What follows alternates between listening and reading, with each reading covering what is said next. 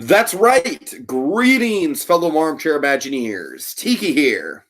And BlueDragonFive. And welcome to the show where we wax poetic about the movies we saw on a month-to-month basis. It's time to crack open our movie memoirs. Movie memoirs. And you know why, Dragon? You know why we're cracking open our movie memoirs? Because time is such a fleeting concept? No. Well, Why? honestly, it has to relate to time. Because it's always 5 o'clock somewhere.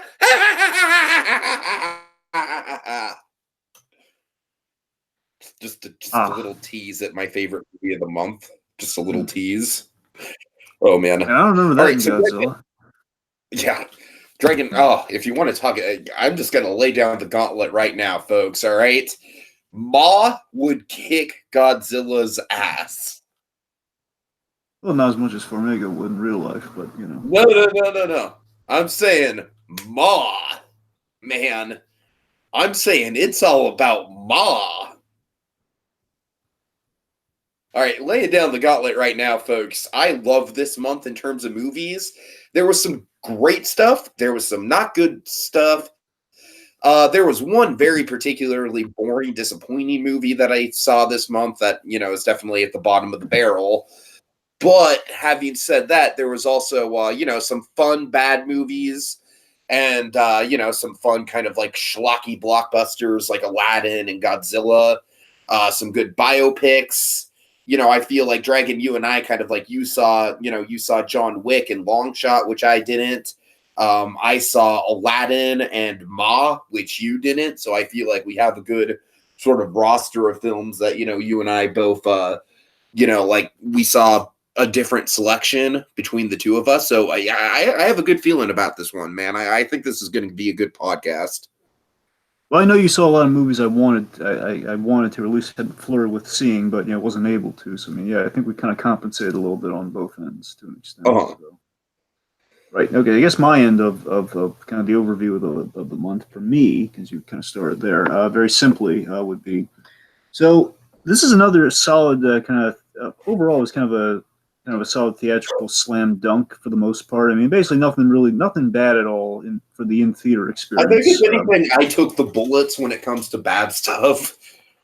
However, I did have, and again, not necessarily. Well, to put it this way, okay. So usually I've been kind of good on catch-up stuff with with kind of the catch-up stuff, but I tell you, my catch-up stuff, it was I guess it was utterly unremarkable. I had just an utterly unremarkable kind of all my catch-up stuff was just like, I mean, it was like not one. I had one really bad thing, which we'll get to. One really bad thing, but aside from that, everything else was just kind of like, I mean, not really a surprise or just like, well, I mean, it's just, I kind of want a little bit more, but I mean, it wasn't bad. It's just rather, again, unremarkable. It's the best way I could put it. Unremarkable with one blemish.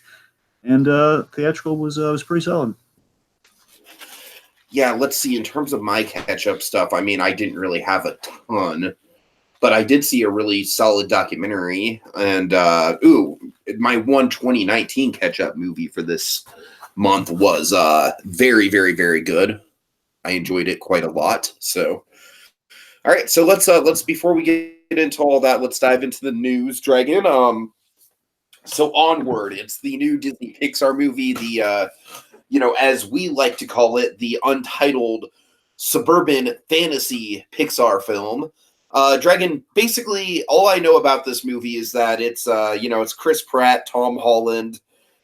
They play brothers who are trolls, and essentially, like, what I'm hoping for this movie is that it's going to be essentially a better version of Bright Dragon. That's really all I'm kind of. But that being said, I'm really looking forward to this one, simply because it's original Pixar. Now, original Pixar, can that go astray? Sure, we saw that with Brave. We saw that even more with The Good Dinosaur, which is, for my money, folks, definitely, like, if not the bottom of the barrel, towards the bottom of the barrel when it comes to Pixar. However, again, to be fair, those two movies, again, they had development issues. Sure, sure. And then on the other end of the spectrum, Dragon, on the other end of the spectrum, we have honestly two movies that are in my top three favorite Pixar movies, Dragon. Recently released original Pixar films, Inside Out and Coco. Inside Out is my number three Pixar film of all time. Coco is my number one favorite Pixar film of all time. And going past it with stuff like Up. I can't even get into how much I adore Coco. It's just Coco just absolutely is just an artistic masterpiece on every level. It fires on all cylinders 110%. There is a tendency for Pixar to get really artsy with the original solo films, because you have your Wall-E's, you have your Ups, and of course, as you mentioned, Coco and Inside Out. They feel like they really get to stretch the creative muscles, as it were. Yeah. All right. So with that in mind, Dragon, what did you think of the Onward trailer? Right. Well, so Onward, of course, basically to echo what Tiki said, of course, that's pretty much what was kind of known and announced with the premise. And the thing that gets me really jazzed out of my mind with Onward is that it's coming from a really personal place from Dan Scanlon. Now, Dan Scanlon, he had worked on the original Monsters, and he's been around for a lot of the Pixar movies and kind of other kind of storytelling capacities. The big thing that he had done was Monsters University, which I really like. A lot of people a little iffy on, but for the most part, I thought it was a solid prequel. I really enjoyed Monsters University. And the point being, this is a really personal story for him. Basically, the premise, as kind of stated, is that okay, so these brothers, they find basically it's based on a real life thing where he reportedly happened upon like a recording of his father, and basically it's these two guys, these two brothers, trying to kind of find their father in a sense, he finds basically some magic that's going to allow them to reunite with their father in some way, shape, or form, as Dan Scanlon reunited with his father in memory in real life, which all sounds very exciting to me. Anyway, so I'm already in for this movie, Onward, the new suburban fantasy, and that's pretty much what the teaser showed us. The teaser showed us, it looks really solid. It looks great. The world building is the main thing that was advertised during the teaser. Here we're just seeing again wonderful world building, again kind of what Tiki was kind of illustrating with the whole Bright comparison. Yeah, it's kind of Bright done a lot better. I mean, I'm all in for it. I think we got a tease of Julia Louis-Dreyfus's character, which, by the way, just kind of say it somewhere. Julia Louis-Dreyfus, she's going into remission. I don't know how recent development that is, but I mean, good for her. I'm glad we're going to have her around for a long while. I mean, that's wonderful. Julia Louis-Dreyfus is very talented, wonderful actress. She, killed it on Veep, which, of course, Veep came to an end. Really great finale for Veep, by the way. Anyway, sorry, I'm trailing off. The one thing about Onward, though, has me a smidge worried. And again, I shouldn't be worried, but it's just the one thing in the marketing with the teaser I've never had with any Pixar teaser before. The construction of the teaser is a little, I've kind of seen it before, and I've never had that with a Pixar teaser. And it in a sense of, bear in mind, the Pixar teaser it's a very different thing than the trailer. So I'm not going to put a lot of stock in this. I'm just saying that, we've seen the world building, and I don't know, it's the humor and the song choice. There's something like, we've kind of seen this in lesser animated films where we display the world, and it's sort of like it's kind of like a daily goings on, and we kind of have like a few gags in there. I don't know, it feels a little different than what Pixar usually does for their teasers. But by the same token, it's not scaring me away from the premise. It's just, I don't know. It felt a little different. That's all. So I should just say the teaser's a little different, but I'm going to wait till I really get the trailer, really kind of see if any of that little fear is warranted. Because again, as we said, with kind of the Bright thing and then the world building, it's kind of trolls in the modern day, and we've kind of seen trolls done really well on something like Troll Hunters with DreamWorks. Of course, it's a very different ball game because that series is kind of based on a book series and everything, and this is going to be an original concept. But the point being, I'm very excited for it. And again, it's the world building alone is kind of the main thing advertised. It's kind of like the mundanity of the fantasy realm, especially kind of like a post Game of Thrones and Dungeons and Dragons kind of coming back into the popularity sort of vein. So that's all really promising. Anyway, so Onward, I'm feeling Onward. Good. Glad to see it. All right, so Dragon, moving on to some other trailers, perhaps some more divisive trailers. Well, I don't know. The Dark Crystal, I feel like everyone's pretty much on board with, right? I mean, I haven't heard anything bad against it. Bear in mind, I haven't really been looking, though. But you and I, we kind of talked a little bit about during the Muppet movie commentary. So Dark Crystal, Age of Resistance. Overall, this thing looks great. I don't like that title. It just makes me, again, I have to emphasize, You don't like the title? I don't like Age of Resistance. It sounds way too Star Wars-esque.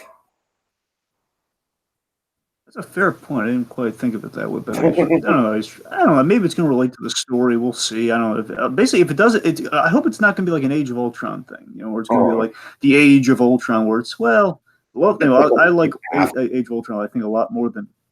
I think I like it more than most, but by the same token, I feel it's like, it wasn't really an age. Yeah. So Dragon, correct me if I'm wrong here. Yeah, this show's it's gonna have like a mix of puppetry and CGI, right?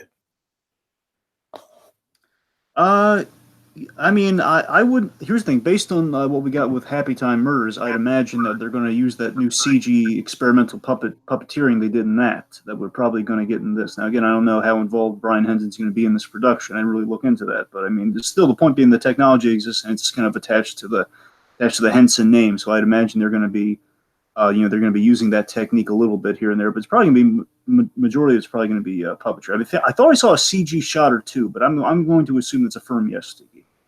Okay. Yeah, I mean, just overall, I like what I see with it. Dragon, I am very much in the same camp as you, where it's been a while since I've explored Dark Crystal. Dark Crystal is kind of a movie I sort of admire from afar as like a piece of art more than anything else. Like, honestly, when it comes to that era of Jim Henson directed movies, I lean much more towards Labyrinth. I think Labyrinth is the way more fun movie. But Dark Crystal is definitely the more ambitious and, sort of epic of the two. Not to say that Labyrinth wasn't ambitious in its own right, but, Labyrinth definitely had a cheese factor going on that Dark Crystal, Dark Crystal plays everything like very, very straight. Yeah. All right. So yeah, let's talk about Terminator. Dark Fate. Terminator Dark Fate. Look, I'm going to keep it simple, folks. Here's the thing. When this was announced, I kind of had a moment of amnesia where I forgot something where, I was really clinging to the big announcement that, Cameron's back in this thing and Cameron's back in this thing. It's going to be officially what the James Cameron was actually directing. No. Here's what happened, okay? I don't think I'm alone in this, but here's what happened. So, this movie was announced, and basically when it was announced, the idea was like, Tim Miller's involved, which already has my attention, probably has my business because Tim Miller's doing it. But the point being, it's James Cameron is backing it, he's producing it, which mainly is that James Cameron he's according to him, it's like this is the real third Terminator movie. Forget all the other stuff he said. It was the real third one. And I thought, oh my God, that's so great to hear. And that's kind of back in the hype wagon for this. But then I realized something, and I had it confirmed for me that kind of confirmed, like, oh my God, how could I be so stupid and forgot this? I believe he said the same thing about Terminator Genesis. Where it's just forget the other ones. This new one, that kind of, I got to admit, bear in mind, I wish I didn't hear that right before. Like, well, I guess when the trailer came, people were talking about it, it's like, oh no, I completely forgot about that. I feel so stupid because I did like the trailer. Had that not been told to me, had I not been reminded, I would have been like, oh yeah, this is great. It's gonna be I don't know. It's just it has me a little worried that man, Cameron's just saying that. It's kind of like your hero again. Not really mythologizing James Cameron here all that much, but it's like it's like almost when your hero lets you down sort of moment. Like, oh no, he says that to everyone. It's like that sort of thing. It's just like it's like the Mean Joe Green. Imagine if he had the Mean Joe Green coconut smile moment, but he did that with every kid. Oh no, it just like the gimmick just wore thin, and the original kid is like, Mean Joe, you used to be special to me. I'm feeling so embarrassed right now because I know there's a reference here where, again, I know I've seen this somewhere. I don't know if it was Robot Chicken or somewhere where, again, it's like the old joke of, like, you find out that this person says that to everyone. You have that, the scene where it's like, oh, no, you're not so special. That guy says that same comforting line to everyone. I've seen it other places. I don't know. I'm drawing a blank right now. Point being, though, trailer itself. Again, looks very well directed, to say the least. I mean, it's bringing back Linda really Hamilton. Of the antagonist Terminator, like morphine, like doing that kind of like metal, like morphine, like from the driver's seat onto the onto the hood of the car. Yes, that was great. I mean, two things that are kind of Tim Miller signatures that I'm really excited with. You have the action where my favorite bit in the trailer is when she takes that sledgehammer and she breaks his leg and then basically hits him and he spins around off the. That's Tim Miller action, Tiki. I know that's Tim Miller action from Deadpool, man. That's good. That's great. And then also fight on an overpass. Sure. But no, that's the thing. I mean, again, I'm going off of very little here. I'm not really a Terminator guy. I mean, of course, you have the first Terminator movies and just the premise in general. But it's like I'm not so into the. I'm not. I don't know. I've always had the iffy thing with the Terminator franchise. But again, Tim Miller involved in this is to me, honestly, like the first one is by far the best. I don't like the second one. To me, is just a solid action movie. I don't even really feel that much for the second one. I think in some places it hasn't really aged that well. The first one I can still watch any day of the week and be like, yeah, this is like a great grim dystopian time travel horror movie. Whereas I feel like the franchise just kind of like lost its way. Like I said, I feel like the second one, for as good as it is and as fun as it is, it definitely doesn't feel like that same sort of like grim, gritty dystopia. Yeah, and it's basically Terminator for me. I've always been a little bit traumatized by Terminator when I was a kid because I went to the ride at Universal. Well, not the ride, the show at Universal, and way too young. Ride. Oh, they do it. Well, again, it's not much. Yeah, of a they ride, call it Terminator. I believe it's a. I don't know, something like Terminator Battle of the Machines, the ride, or something like that. Yeah, that's I forgot the ride part of it, but yeah, it's that's the thing. I saw that way too young, and it basically, of course, like they're shooting guns inside the theater freaked me out as a kid. What I'm saying is like, oh my god, what's that? I thought it was real when I was a kid. It's like, oh, if it makes me feel any better, I saw King Kong way too young. Well, as did I, though, and that was had somewhat of a similar. It basically was a little bit. Again, it was more of like it's more thematic, and so the point being, some of the I wrote a few of the Universal rides. Wait, sorry, hold on, let me get this straight. So you're saying the King Kong ride you were less scared by because it was kind of like you knew it was like a heightened reality thing. Whereas with the Terminator, what scared you wasn't necessarily like the robots or anything like that. It was more just the real world fact of they were firing guns in the theater and you were about to get shot.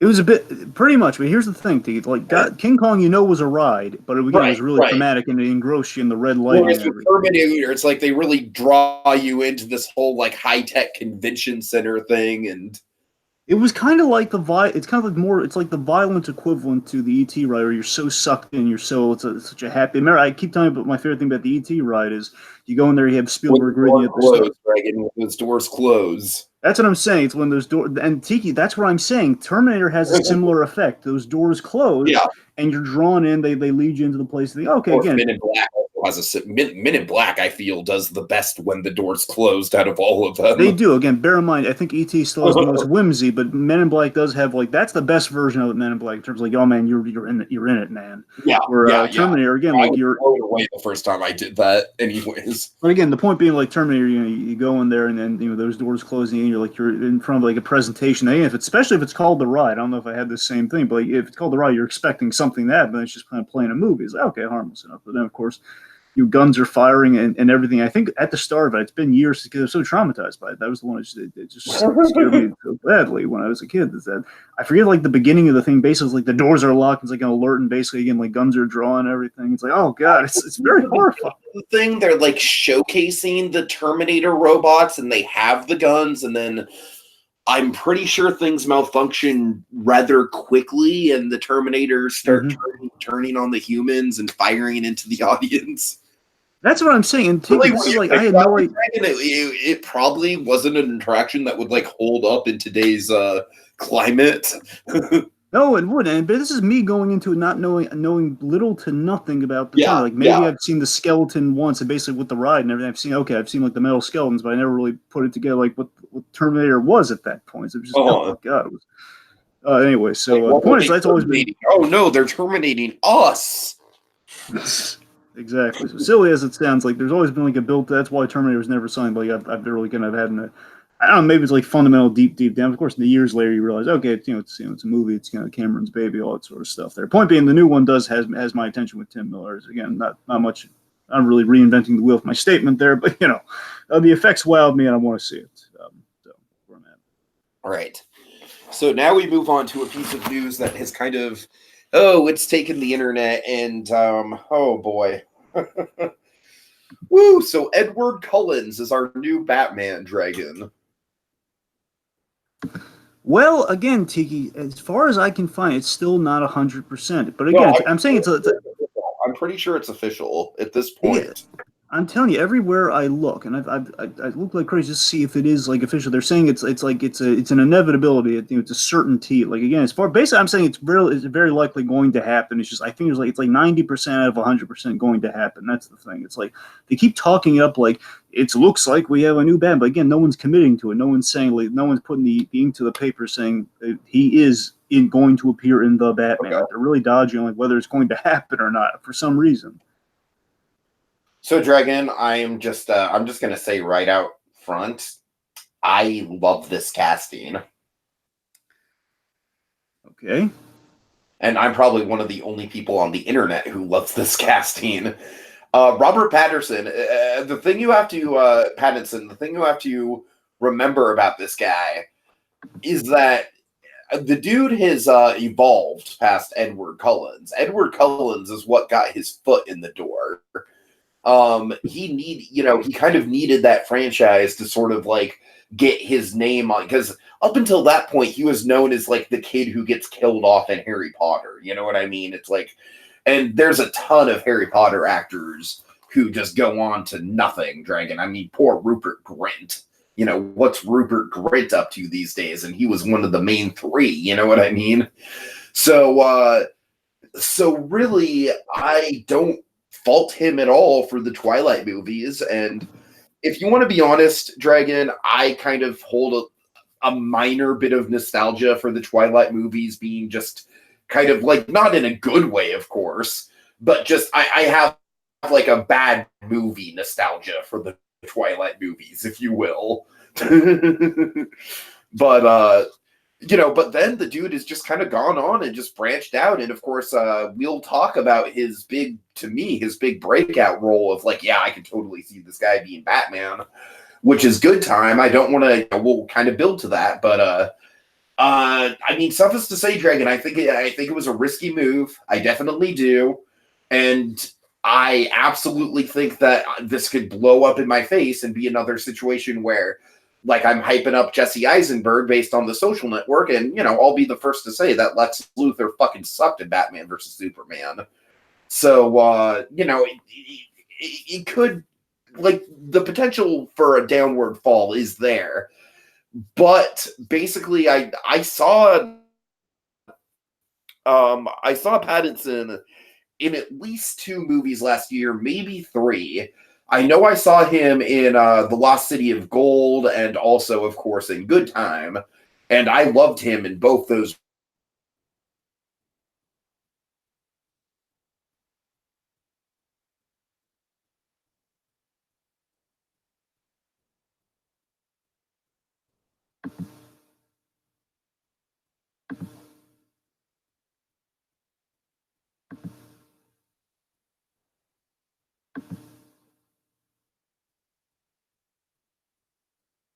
Hello? Sorry about that, folks. Minor technical hiccup. Let me tell you my view on this Batman news. So look, with Pattinson, look, I've heard the spiel. I mean, I know that. Hold 1 second, folks. Hello? So, Dragon, what do you think of Robert Pattinson's casting? Yes. Well, here's the thing. So Pattinson, like there was obviously Pattinson had a little bit of infamy behind him with the Twilight stuff, obviously. So here's the thing. So I had heard the whole like Pattinson had broken out the Twilight stuff. Like the first time I ever heard about that was the whole Water for Elephants thing. That was the first time I ever heard like Pattinson's doing something where he's actually good in it. He's trying to escape the Twilight kind of branding.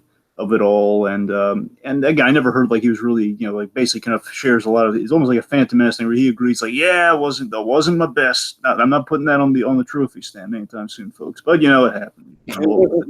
I mean, I remember hearing about the rumors of the Pattinson casting, with like kind of throwing a bunch of names, and I heard Pattinson throw out there. Like, come on, they'll never cast him. Come on.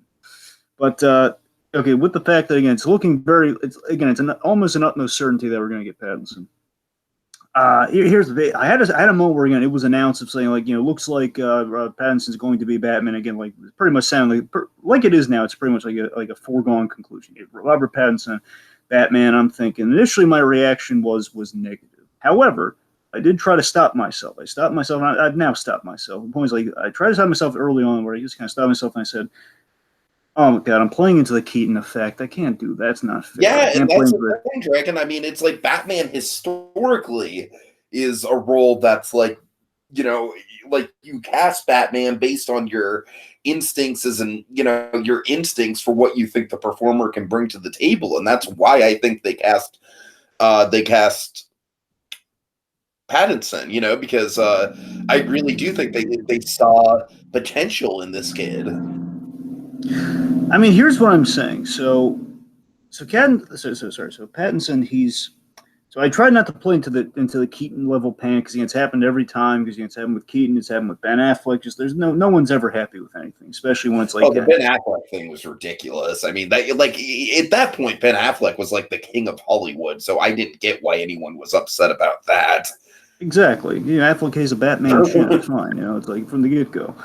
And anyway, so basically where I'm at on Pattinson, again, I've sampled something, as you know, I've sampled something with Pattinson in it. So again, I really haven't seen Pattinson outside. Again, I barely seen, I never watched through all of the Twilight movies. So basically, even you haven't seen the classic that is the Twilight Saga: Breaking Dawn Part 2. No, but I did see I saw the first Twilight way back when, so I saw that, not in theaters, God, thank God, but once I saw Twilight. My favorite Twilight is New Moon. I just want to go on the record and say that New Moon is a ton of fun on a so bad it's good level. All right, so that's the one with Jacob and all the shirtless werewolves. All right. Anyway, point being, so the point is, I was barely into like any of the kind of the vigor and the hatred for Twilight. I didn't really know it that well. I couldn't. It was like I because I watched that. I think watching was on TV. I don't even know if I finished the movie, but it was just like it was so unadvertised by the first actor. So it was like, yeah, no, I'm not feeling it. Point being, so I've kind of gone into Kristen Stewart though. She's broken out. Well, sure, she has, and she's been great in other things. That's what I'm saying. So, like, Kirsten Stewart. What I'm saying is, like, in regards to Pattinson, like, I really have no frame of reference. Like, again, I've heard he's broken out of it, but I never saw Water for Elephants. But I've seen one of the other movies, and again, I have a sampling of what the guy can do. And that sampling I saw doesn't quite speak to Batman, but it speaks to range. So that's as much as I got from him. That's fair. Anyway, so the point being, in regards to the Batman thing, here's how I feel. And this is like my quote unquote official statement as a Bat fan. Here's what God. Okay. I'm sure Pattinson will be fine, given the guy's got a range and he has the bad eyebrows. It's fine.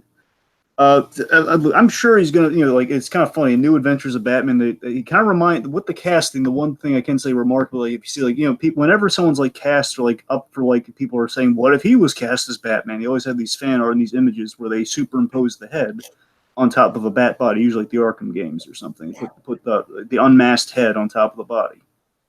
And with Pattinson, you look at it, it's like, oh yeah, he's kind of got the bad eyebrows, like from the New Adventures of Batman, like the redesign in the animated series. They gave him like some like these pale blue eyes, and they gave him like the bat eyebrows. Like, okay, I kind of see at least where they're thinking with that one. So, point being though, that's just on the surface. But again, officially, it's like I'm sure he's gonna be fine. But here's where I'm still at on it. Okay, I'm sure he's gonna be fine. Maybe he can change my mind, but I'm gonna doubt it because he's gonna be fine at the end of the day. But I'm still longing for a definitive Batman. I still am, because again, I know it's a little bit more complicated with Batman, because given how Batman's a character, he's reinvented many a time, so it's not exactly as easy as Christopher Reeve as Superman or finding an Iron Man, because that's the thing, like I'm looking for like a definitive Batman we can look to, like Christopher Reeve or Robert Downey Jr. or a Hugh Jackman. Like I would love if I want a Kevin Conroy in live action. That's what I'm looking for, and I feel it's rare as the unicorn, my friend. Will you find a day when we reveal someone cast as Batman, everyone's gonna be like A-okay with? You know, like I'm talking like an Army Hammer, a Carl Urban, or more accurate, like a John. Well, I'm saying that Army Hammer would have been the safer pick for sure.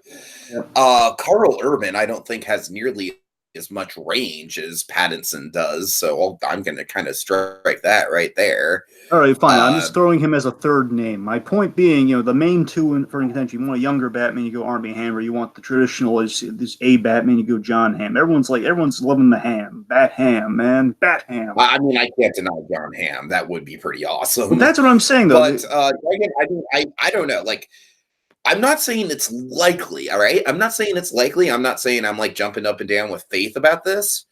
But I'm saying it's possible. It's possible that Pattinson could be a definitive Batman. Again, I'm not ruling it out. It has enough dedication to pull it off. That's the thing. I haven't seen. I've seen that he has potential. I haven't seen that he's like the perfect choice for it. So I'm not saying I'm against him. I'm just saying that he's. I have to wait and see. I need something. I need like a trailer before I can make any real discernible kind of ruling on the kid. And even then, that's not going to be 100%. The point being, I got to wait till I see it to really see. Again, I'm sure it's going to be like a fine Batman. Basically, I'm going into it like I did with Henry Cavill's Superman. So again, that could be surprising given how that one turned out. You're going into it like this will be a good alternate, kind of Superman. Where again, in the end, Man of Steel again had it done much better in terms of the story department, it could have been the next definitive Superman if we basically got the Cavill who loves being Superman way earlier on. Uh-huh. And that's what I'm saying with Robert Pattinson Batman. Again, like it could be good. A lot of it depends on the writing. In terms of the acting, again, he needs good material to really bring it through. I mean, Ben Affleck was an excellent Batman, with the exception of the 20% where he murdered people and drove through them. That's the thing, because I love Affleck in the Cal looked great. And that first in Batman v Superman, he was wonderful, with the exception of the murder. But that's the thing. Yeah. Like, I just. Again, like Pattinson, again, it's a fine choice, but Tiki, I'm just so tired of we always have we're doing why can't we have a definitive? It's been so long since we have a definitive, and Batman of all characters with a definitive, man, that would be so cool. And that's the thing, like John Hammer, Arm Hammer, that exudes Batman. Where Pattinson again is like an actor playing Batman, who again probably will be really good in the role, but still, like John Hamm, I could see that as an on-screen Batman, I don't know. It's just that point is, I think we're all still waiting for that, at least on some. Then you'd be something refreshing for a change instead of like the actor playing Batman this time around. It's like, no, we have Batman finally. That's awesome. I don't know. All right. Okay, sorry, I don't know why this keeps happening. All right, so moving on then. Yeah. Okay, so Dragon, we're gonna move on to our in memoriam segment, and since I am an uncultured swine, I want you to take the lead on this, because I've heard these people's names in passing, and what? Okay, hold on. I've heard these people's names in passing, and I'm familiar with Doris Day's music, but I don't know, man. I just don't have a lot to say because I didn't really grow up with them or anything like that. So I kind of feel like anything I have to say would just be kind of like a disingenuous, like, yeah, rest in peace, thoughts and prayers to the family and all that. But Dragon, I think you can speak to it a lot more eloquently. So I'll kind of give the floor to you at this point.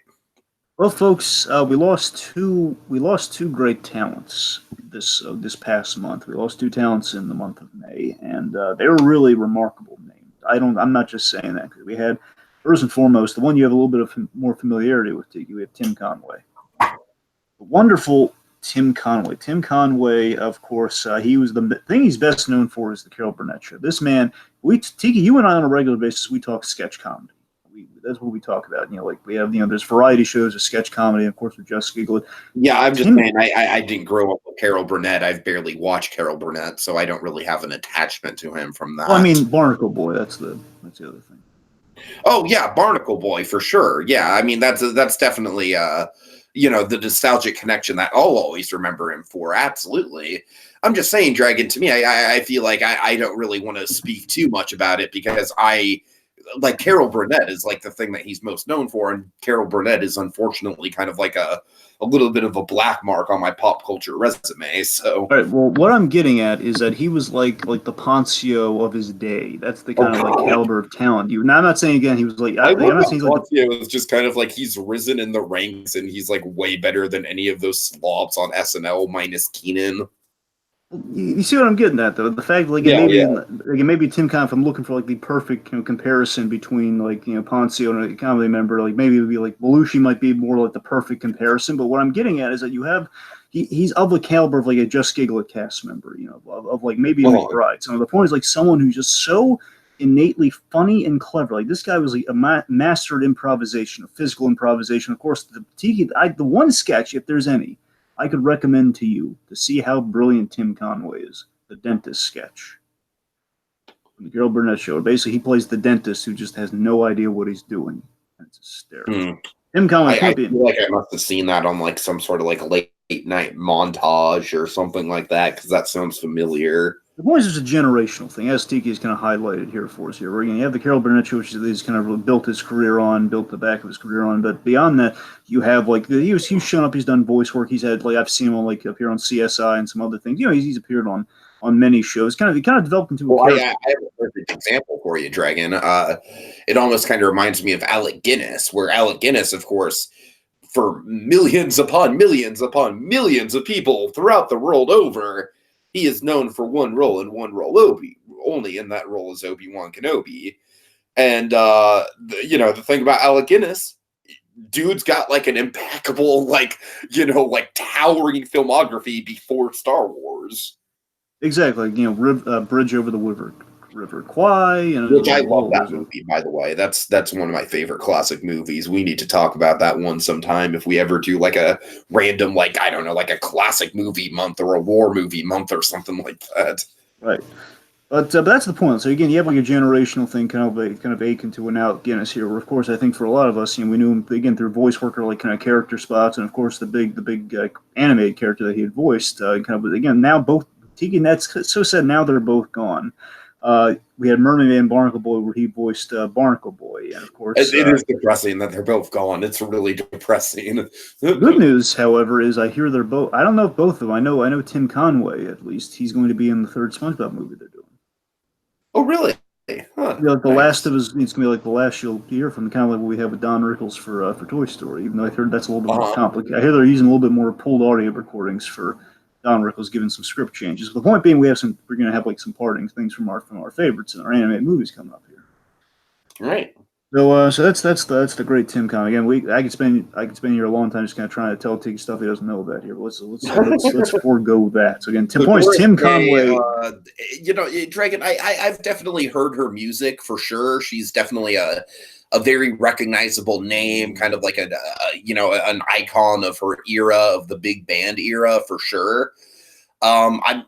Again, it's just one of those things where I was never like super attached to her music or anything. So, I don't really have a big soliloquy to say about her or anything like that. But, I appreciate big band music in general. And she was kind of like a big towering icon of that genre. So, so it's always sad to see a legend pass in that field.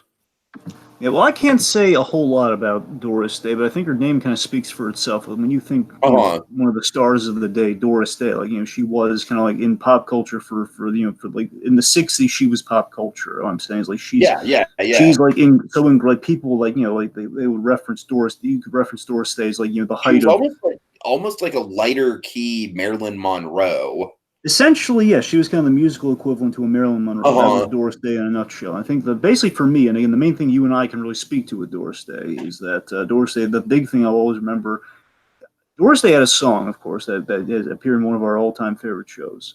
And not only appeared in one of our all-time favorite shows, it ended on like the most perfect note you could end it. Doris Day sang "A Dream a Little Dream," which is still my favorite song by her. And again, by sheer coincidence, I remember like the week Bates Motel was playing. Bates Motel was ending. The week of, because I was just listening to it on because I really love that song. "Dream a Little Dream," one of my favorites. And of course, Bates Motel. I won't say exactly what happens for anyone who's just really interested in seeing Bates Motel, perhaps. But again, just the ending plays against that. "You Dream a Little Dream." It was like the perfect note, complements the action so perfectly. It was like it made me a little. Again, made me so weepy, and again, it broke me emotionally because that song and that show. And the point being, Doris Day's music has that impact. Again, it's just kind of melodic perfection to an extent, and she was able to exude a lot of that. Again, she was worth kind of the status that her name built up so in Hollywood. Sure. All right. So on to some Okay. happier stuff. Yeah, so the Muppet movie turns 40 years old. Dragon, I gotta tell you, man, I'm still on a high from watching that. I mean, that movie is just, oh man, Again, I keep going back to it's that one of Kermit my the Frog all-time scene. favorites. Keep going back to that What? Kermit the Frog scene with Doc Hopper. You know, he says, "I don't think you're a bad man, Doc, but I think And if you of you're course, looking, Dragon, you're we gonna want to let." recorded a commentary track on that. I gotta tell you, Dragon, you laid out a major revelation about Steve Martin's famous short shorts. I'm not going to tell what the audience what that revelation is. You're going to have to watch the podcast to find out. But Dragon, I mean, the Muppets just mean I can't even get into it, man. The Muppets are like my freaking like they're my lifeblood almost. It's like they're what keep me going sometimes. Again, for me, favorite Muppet movies. It's the Muppet movie and the Great Muppet Caper. Those to me are like the Muppets at their prime. Like they're like it's not just the Muppet shows them in their adolescence, and it's wonderful. It's like the cute baby pictures of the Muppets, not including Muppet babies. You know, so it's what the Muppet Show is. Again, it's like has a theme and it's like, oh my god, remember when we were young and in love? That sort of kind of feeling. Like, oh man, the Muppet Show. It's good times. It's like it's the old familiar friend of the Muppets. But then the Muppet movie, that's the perennial movie. That's like, yes, that's the Muppets at the height of their powers, to quote someone else. But, the Muppet movies, it's the Muppets at the height of their powers, and just them like purely everything you love about the Muppets kind of economized, and essentially a biopic about the Muppets, technically, biopic from the Muppets by the Muppets. Just the Muppet movie is just it's clever, and again, it complements like a perfect like almost 5 years in a row. I keep forgetting to look up when Rocky came out. The point being, it's almost like a perfect 5 years in a row of like the latter decade of the 70s. It had these monolithic movies that all are kind of coincidentally have turned 40 in the last couple of years or so, where we have your Jaws, you have Jaws, you got Rocky, you got you got Star Wars, you have the Chris Reeve Superman with the Donner film, and of course you have Muppets kind of ending out that era of just simply wonderful and just magical filmmaking that again we all replicate, we all reference today. And again, it turned 40 a few days ago. It ended out in May properly. We ended out in May with a bang, and of course oddly timed with Dark Crystal. Oddly, or Right. strategically. Anyway. Okay, so Marvel released a little bit of news. There's been some Marvel stuff happening in the stratosphere. Yeah, a few little things, a few little kind of tidbits here. So Kevin Feige, kind of officially, I guess it's like kind of like on some record of some kind. Basically, he was interviewed and he's kind of asked. Okay, so big newsworthy thing we can confirm is that Jessica Jones has a release date and it is coming out in June. Last season of Jessica Jones, season 3, final season, as in the book of Netflix is closing forever. At least we think, maybe forever. Here's the thing. So the Netflix shows are going bye-bye, unfortunately. Of course, Daredevil was the most painful of all blows to be struck. I won't lie. I cried a little bit that night. But the point being, Jessica Jones, we're going to get Jessica Jones season 3 in June, and I assume when asked about this sort of thing, like Kevin Feige, because some people think Kevin Feige has something against the Netflix shows, and that's why he was closing the book on them. But I'm not saying he refuted that claim, because I just don't know. But what he did say, though, and that suggests that he is refuting that claim, well, it makes me really happy. He gave us a little bit of hope. Hope for the thing that Tiki and I assume many other people have been hoping amongst hopes for, and something I've been saying for years, like, if Marvel's ever in a down period, they only need to do one thing. One thing to make all the monies yet again. Very simple thing. Or make more money. Again, aside from, of course, now we have like the Fantastic Four and the X-Men are on their way, and of course that was the number one thing they could do. The second thing they could do to make all the monies, Kevin Feige essentially has confirmed that right now there's no plans with the Netflix shows, which is why they're ending. He's not saying that they're kind of closed the book on it forever. It's just not looking good for it with the whole Disney Plus shows. The point being, the Netflix stories, they've all ended. The shows there are no plans or development on any of the Netflix shows after Jessica Jones. However, what he has said is that we're going to, they could show up in the future, though. He's basically said, he's not ruling out that they could show up in the movies, which implies, one of these days, again, we could have Wilson Fisk. We could have D'Onofrio's Wilson Fisk in a Spider-Man movie. Daredevil and the Kingpin. That's all. If I can only, again, one thing, if I'm pushing it, I'll push for Bullseye, but at the very least, those two. Okay, give me Kingpin, if nothing else. Anyway, so yeah, so the point is like we've had hopes of like we're not saying like Netflix is dead and buried. The point being Netflix could return like Daredevil returned in season 3. So hope aplenty, folks. One last thing. Well, I guess two last things. You brought this to my attention, so you should probably take point on it. The Black Widow thing. Yeah. So apparently, folks, this is just a rumor, of course, but we've been hearing reports that David Arbor is attached to the Black Widow movie. Yeah. And the interesting thing about that is that the rumor mill is kind of speculating, kind of swirling around that perhaps he is playing Ben Grimm, either post or pre the Thing. We don't know. But Dragon, I will say that I think the Thing is kind of like the big iconic character from the Fantastic Four. Like, I feel like he is the, kind of like the big cartoon character, the larger than life character. So I do think it would be a smart move, hypothetically. And like I said, there's absolutely no confirmation to this at all. I really don't even think it's real. But hypothetically speaking, if it was, I think it'd be a smart way to kind of gradually get a drip line into the Fantastic Four verse. Something did occur to me since you brought it up, Tiki, that did really kind of, I feel, bears sharing. I never considered before that the Fantastic Four, to my recollection, in the very first issue, way back when, the space race played a big role, and of course, with the space race, you had the Americans versus the Russians. And I believe that was in the comic too, where the idea is like they snuck into like a Russian, essentially kind of a Russian base, and that's where they launched the spaceship from. Now, of course, Black Widow ties to Russia, ties to the Red Room. Yeah, for sure.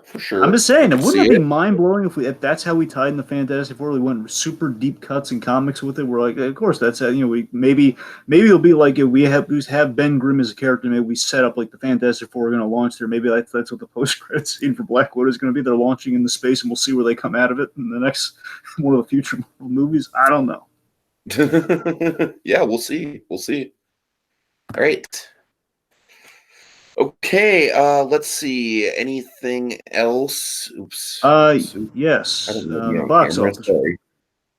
Box office. Well, this is a little bittersweet, folks. It could happen. Never say never.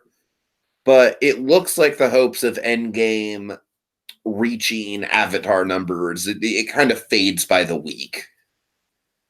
It does fade by the week. It's slowed down. However, I will point out, it is still making money. And by the week, basically each week is when they kind of review what the total is. And the last time I checked, it's essentially let's see, it doesn't need to catch up in 100 millions anymore. That's good news.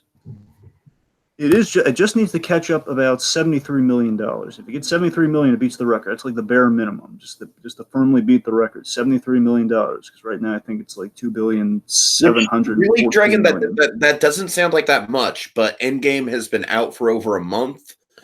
It's had plenty of big competition now, and of course we're getting. I honestly don't think this week's movies. Secret Life of Pets 2 and Dark Phoenix are going to be that big of a competition to Endgame.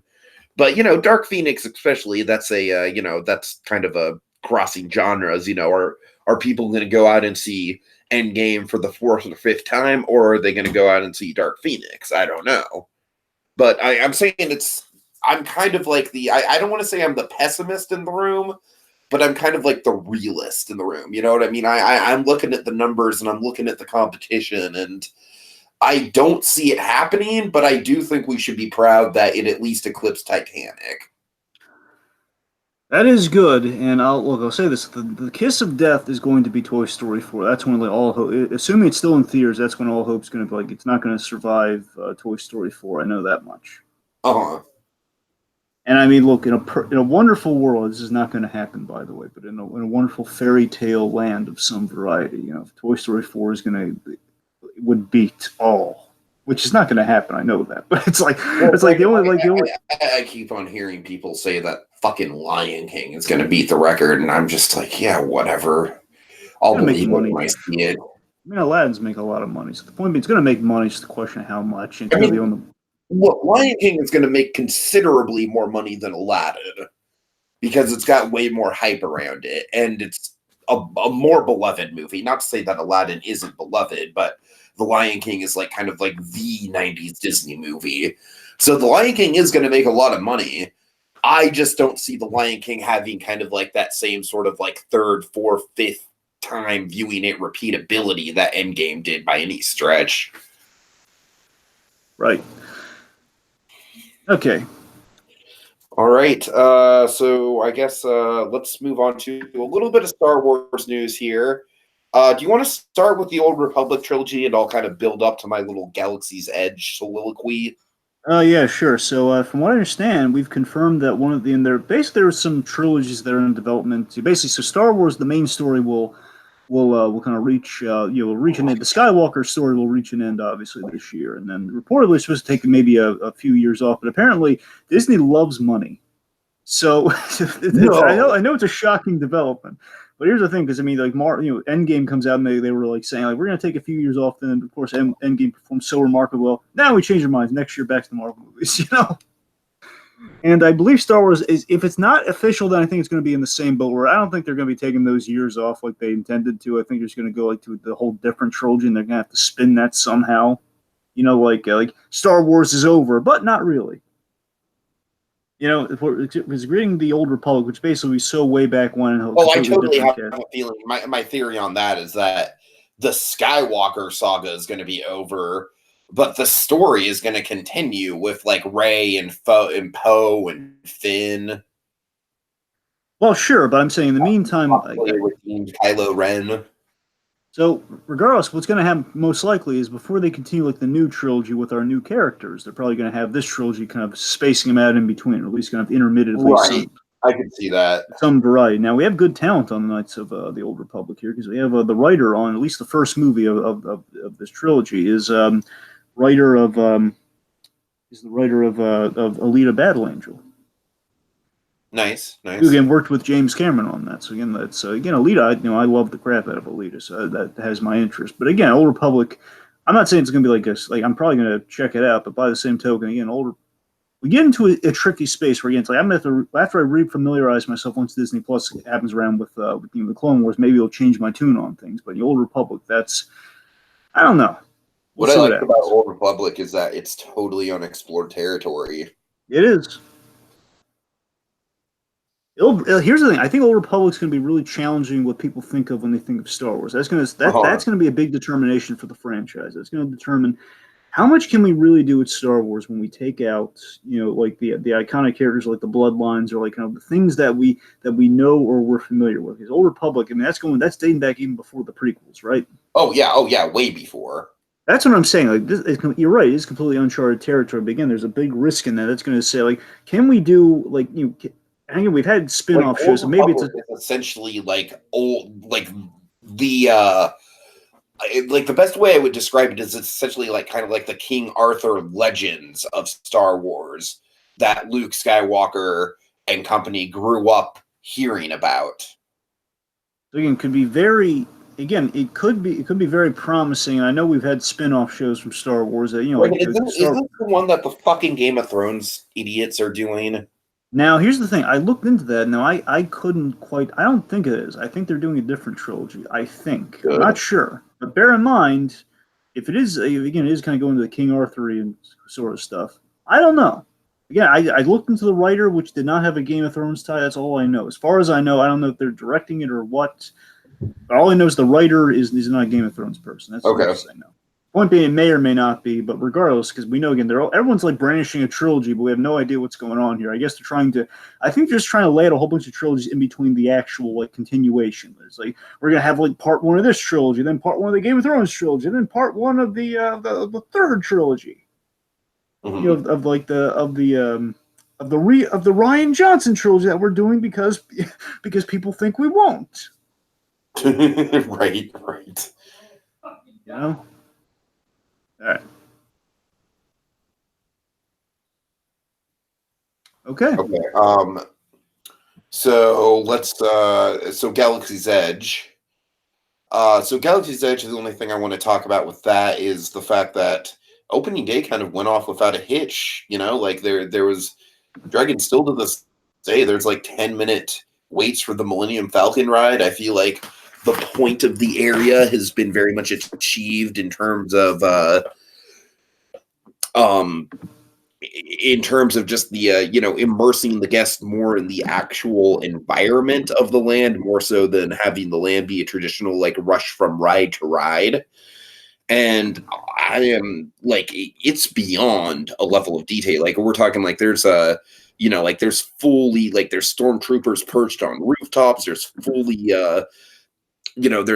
voice acted Chewbacca characters running around. You can just kind of follow Kylo Ren and almost sort of like enlist in the First Order and just kind of follow Kylo Ren around and like just intimidating people if that's what you want to do. Like Dragon, it really feels like a playground. Now, granted, the floodgates are going to open once of course, once we roll around and the reservation system is lifted. That's going to be the real test of like once we let the general public into this thing, like how is it going to hold up? Like once everyone can just kind of go in en masse, we're going to see, and I'll be experiencing it that way. But Monkey will be experiencing it via the reservation system, so we will definitely be getting a first-hand account from Monkey on Wednesday. I'm excited about that. Dragon, what do you think? I feel like it's a very interesting contrast to the kind of usual opening day crowds we get at Disney, where people just basically a lot of people showed up on the first day, like not knowing about the reservation system, left the park immediately. But after that, Disneyland's just kind of had like a chill like weekend to itself. Like most of the stuff at Disneyland has been like under an hour long wait.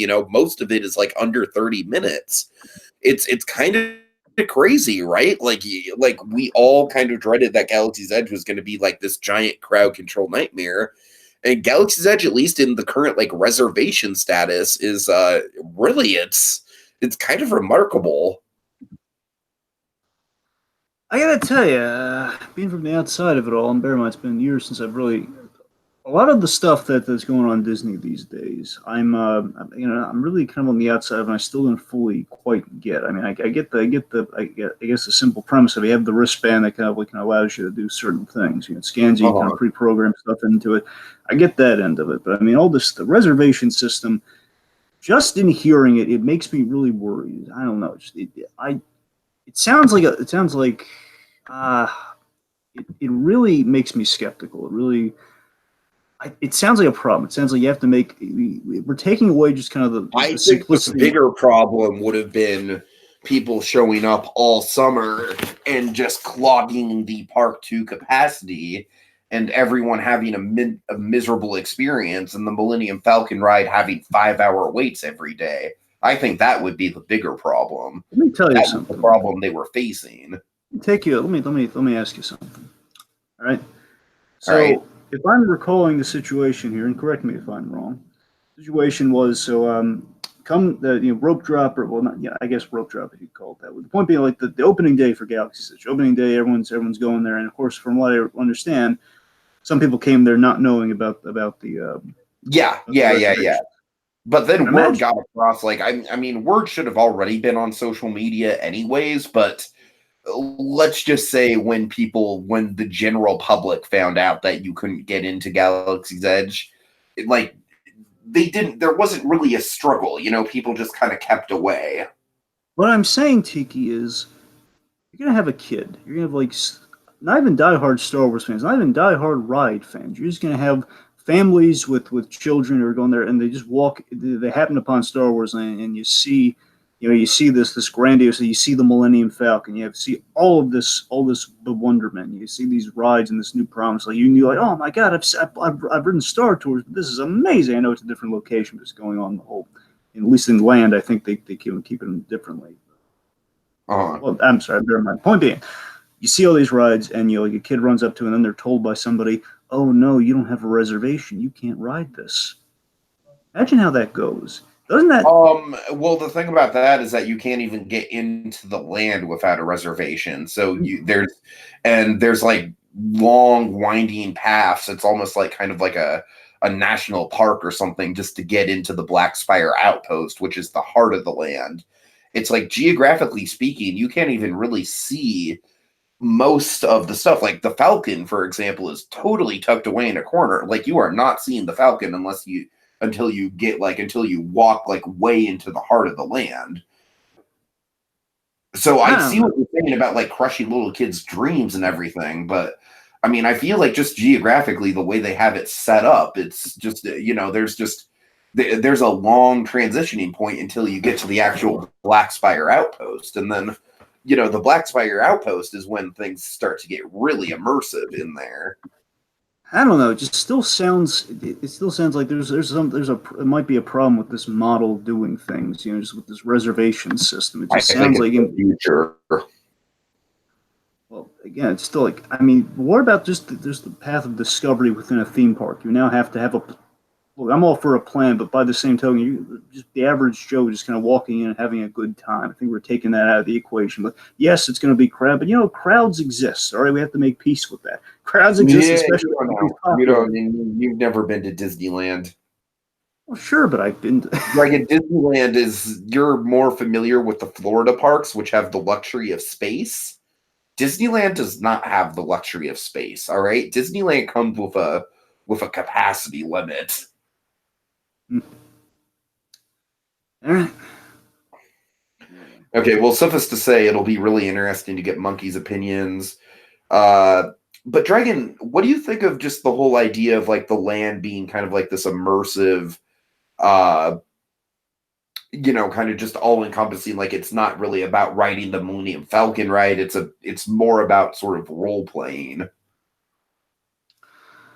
Well, I mean, it sounds very interesting, and I do love how I've seen a little glimpse here and there, like, I believe at the Star Wars Celebration, I think, where they kind of debuted some of the stuff for Galaxy's Edge, and I mean, it does look, like they're really taking it seriously, like they have like some original characters in there, like they're really kind of filling out the world. That I think is a good play. I mean, I'm not, again, I think it's going to be. Optimistically, I think it's going to go. I think it's going to go off great. I think it's, I think it's a great idea. I do.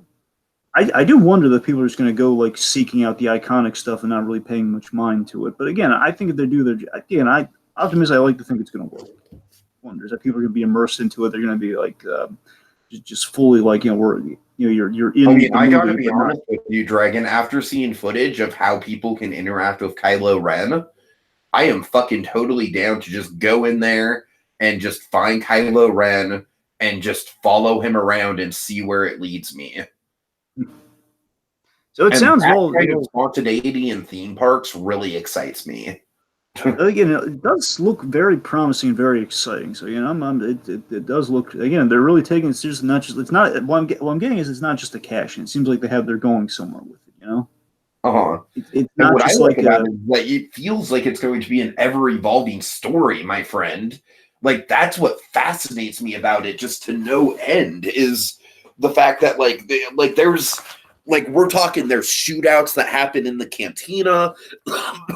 Like it's a living, breathing world, and to me, it's just a limitless amount of potential. It's like a fucking improver's wet dream. I mean, God, Dragon. I would love to work here as a character. I mean, it'd just be like, oh my God, I don't know, just the possibilities to me kind of blow my mind about how we're just absolutely stripping down the barriers of what a theme park is and what a theme park could be. Absolutely. All right. So, Dragon, really quickly, let's go through some TV. Barry season 2, folks. We did a whole podcast on it. Suffice to say, we pretty much love the crap out of it. That we did. Let's see. I mean, basically, Barry season 2. It's kind of the dark act 2. It would seem. It's very story driven. It's very much it's the dark act 2, but it still has a ton of humor. It does, and like narratively, it's getting stronger from a very strong starting place. It's the best way I could kind of describe Barry's momentum here. Like there's building upon really, really good stock. You know, it's I'm Jewish, Barry. What the fuck? overall, the main thing I keep saying about shows like Kidding and Barry, especially Barry season 2 here, is that again, this is what we need, in HBO and these cable shows. And again, it's almost like I kind of had a comparison. It's sort of like we're taking.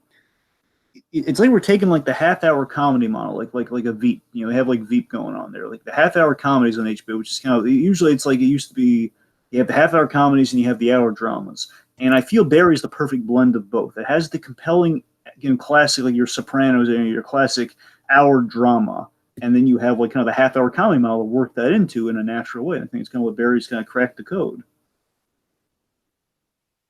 You know?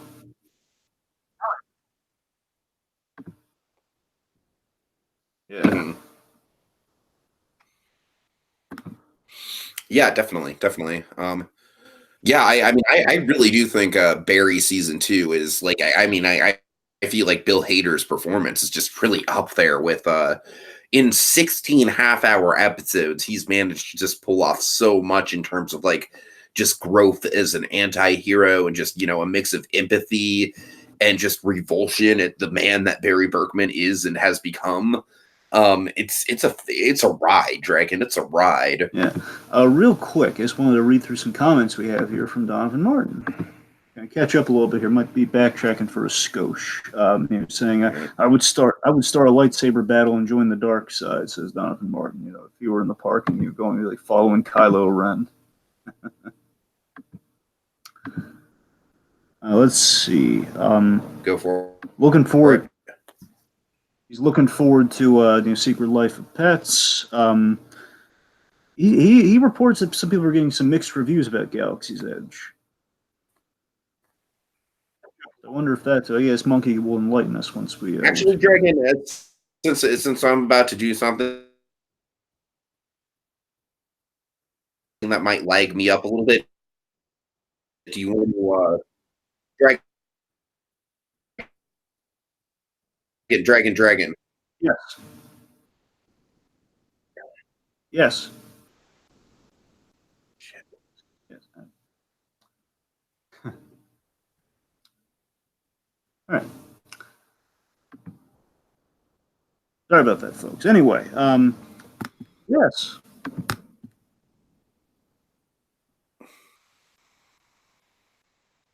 Yeah, get into your TV stuff and then go into the comments, okay? Right, good idea. Okay, let me go through the TV stuff real quick then. All right, here's what we got going on, folks. So we have we so folks, a few other shows that I did watch. I watched Lucifer season 4. Now, assuming there are any Lucifer fans in the comments, I Lucifer season 4 came on Netflix in the month of May. Now, Lucifer season 4 was this is a season made by and for the fans, and Lucifer unfortunately got canceled. And but by a miracle, there was such a love from the fans and everything, it got picked up by Warner's and put on Netflix. Basically, it's produced by Warner's, got put on Netflix, and basically, for 10 episodes, much more abbreviated runtime, kind of run of episodes. And I tell you, it was season 4 was excellent. It really was. It was a proper ending for the series. And again, there's a little bit of an opening for a season 5. I mean, given the groundswell of support, I'd imagine we're gonna get.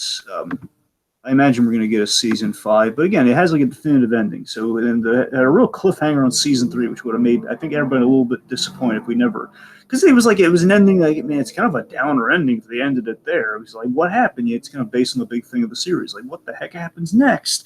And we finally got to see what happens next. It's pretty much that for a whole season about what happens next. And it was wonderful. It was character driven.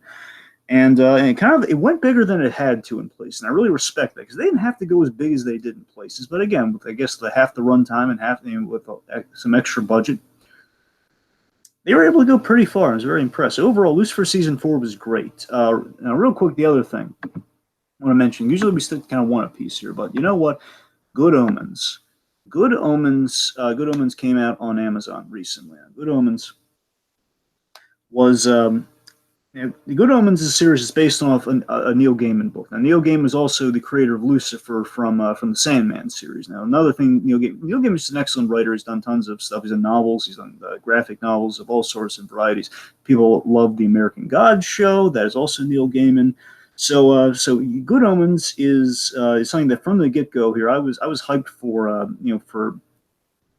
I was hyped for this in the same month we get Lucifer. It's kind of like kind of a circular kind of way things ended up there. Like kind of again the two religious based things of Neil Gaiman opening the month and ending the month just was quite it was kind of quite trippy in that regard. And of course, it's basically like an angel and a demon who've been friends for years are trying to stop the apocalypse. Just in that sense in itself sounds really cool. Not only that, but the reason I was kind of hyped and really dialed into this one and really eager for it is because two really excellent actors. One of my favorites. I love Michael Sheen. Michael Sheen plays the angel, and we have David Tennant playing the demon, and they're a perfect pair. It's the show overall. It has a lot of clever humor. A lot of clever humor. Has the Gaiman wit within the writing. Episode 3 is the real standout. I encourage everybody to watch the show and really, even if it's not grabbing you, wait till episode 3. I think it will. Got a lot of fun. It has a lot of fun, familiar faces along the way, and I was really surprised. Actually, it's a 6-episode miniseries. So, and yes, as Donovan says there, the demon played by Kilgrave, the wonderful David Tennant. It is quite fitting and quite wonderful. And again, he does kind of play somewhat of a character with some Kilgrave tendencies, to say the least. Point being, yeah, it's surprisingly it's not like a full season, it's just a 6-episode miniseries. I mean, there's no guarantee of a second season. It's pretty definitive. Like I'd say, like they don't have to come back, but again, I think there's a little bit of a wiggle room to come back with. Anyway, point being. Good Omens, I'd highly recommend it to everybody. All right. So, real quick, also, there was Tiki introduced me to a podcast recently. A podcast unlike any other podcast I've heard in my life. It was kind of a radio show podcast to an extent, but not even just a radio show podcast. It was even more niche than that, folks. The podcast that we had was something called Blockbuster. Now, Blockbuster is a wonderful podcast I recommend to each of you, especially if you have Stitchers and pull it up on there, or I guess go to the website, see if you can find it that way. The point being, Blockbuster is a biopic podcast about, and which to me is just such a novel idea because I love a good biopic and kind of fusing that with a podcast. Tiki and I we've pitched biopics, but we haven't quite kind of acted them out. So this is really refreshing. This is really neat. So Blockbuster is about the new Hollywood, the new Hollywood age of filmmaking, which basically new Hollywood was kind of like the group name of Spielberg, George Lucas, and company. All the great '70s directors were all buddy, and they all were kind of coming up. They all came out of the same film school essentially. They were all like really buddy. You had like John Milius, Steven Spielberg, George Lucas, Brian De Palma, Francis Ford Coppola. Like a whole bunch of really big names. So this series specifically focuses on the friendship between George Lucas and Steven Spielberg. It's really great. I love how it showcases that friendship. It takes a few liberties, it fills in the blanks, takes a few liberties where, we're kind of like assuming some dialogue, and I have to make up some dialogue for them to say. Sometimes that grabs me, sometimes it doesn't, but overall, it's, yeah.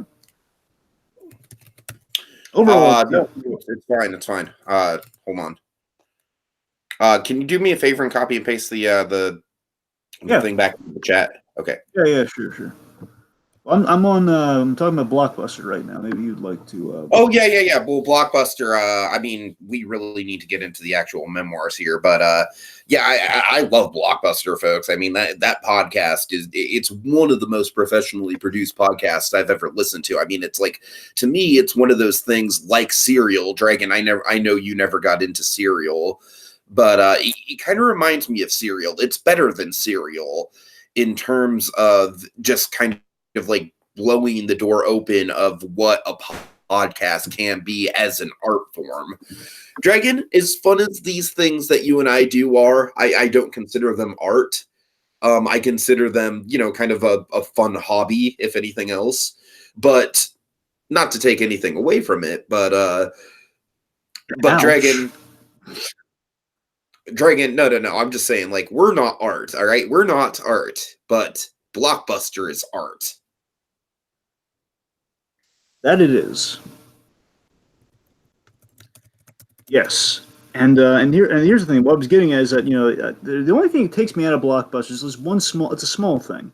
is that sometimes they have to make up the dialogue, and there's no telling again what the heck, how much research they did, how accurate it is. And again, that's not even a problem. It's just like sometimes you can tell they're filling in the blanks with dialogue. That again, they're making up for the fact that we can't quite show everything with the podcast. So it's something to get used to. That's like the only con I could even remotely say about the thing. It's that good. I mean, it excels at pathos and build up. Like the two big standout elements would be John Williams. Like the character arc of John Williams is remarkable. The way we use John Williams in this thing. And also, of course, like George Lucas stressing out about Star Wars. I won't say how, but the way they do that is it's gripping radio, folks. It's gripping radio. All right. And it's serialized, like kind of what inspired George Lucas and Steven Spielberg in the first place. It's kind of a serialized sort of podcast deal as well. And like Good Omens, it's 6 episodes. So sure. All right, so Dragon, I'm going to do you a favor. All right, we're going to skip playtime. Hooray! Let's get right into business. Unless you really want to hear me talk about my production of To Kill a Mockingbird. Oh, let's get down to the brass tacks, man. So finally, folks, we're finally going to talk about the movies here. So let's start with the current stuff that came out in May 2019. I'm definitely going to have to put a timestamp to like actual movie Memoirs starts. We're going to have to trim this down in the future, Dragon. Well, you're the one who said you wanted to go all nice and long and everything. Oh, I know, but all right. Anyway, so let's start with extremely wicked, shockingly evil, and vile. We don't have to go too much into this because we already covered it with Miss Katie Murray Garland. Yeah. But Dragon, suffice to say, I don't think this movie has a ton of bite to it. I kind of agree with Katie's point on that I would have liked to see a little bit more.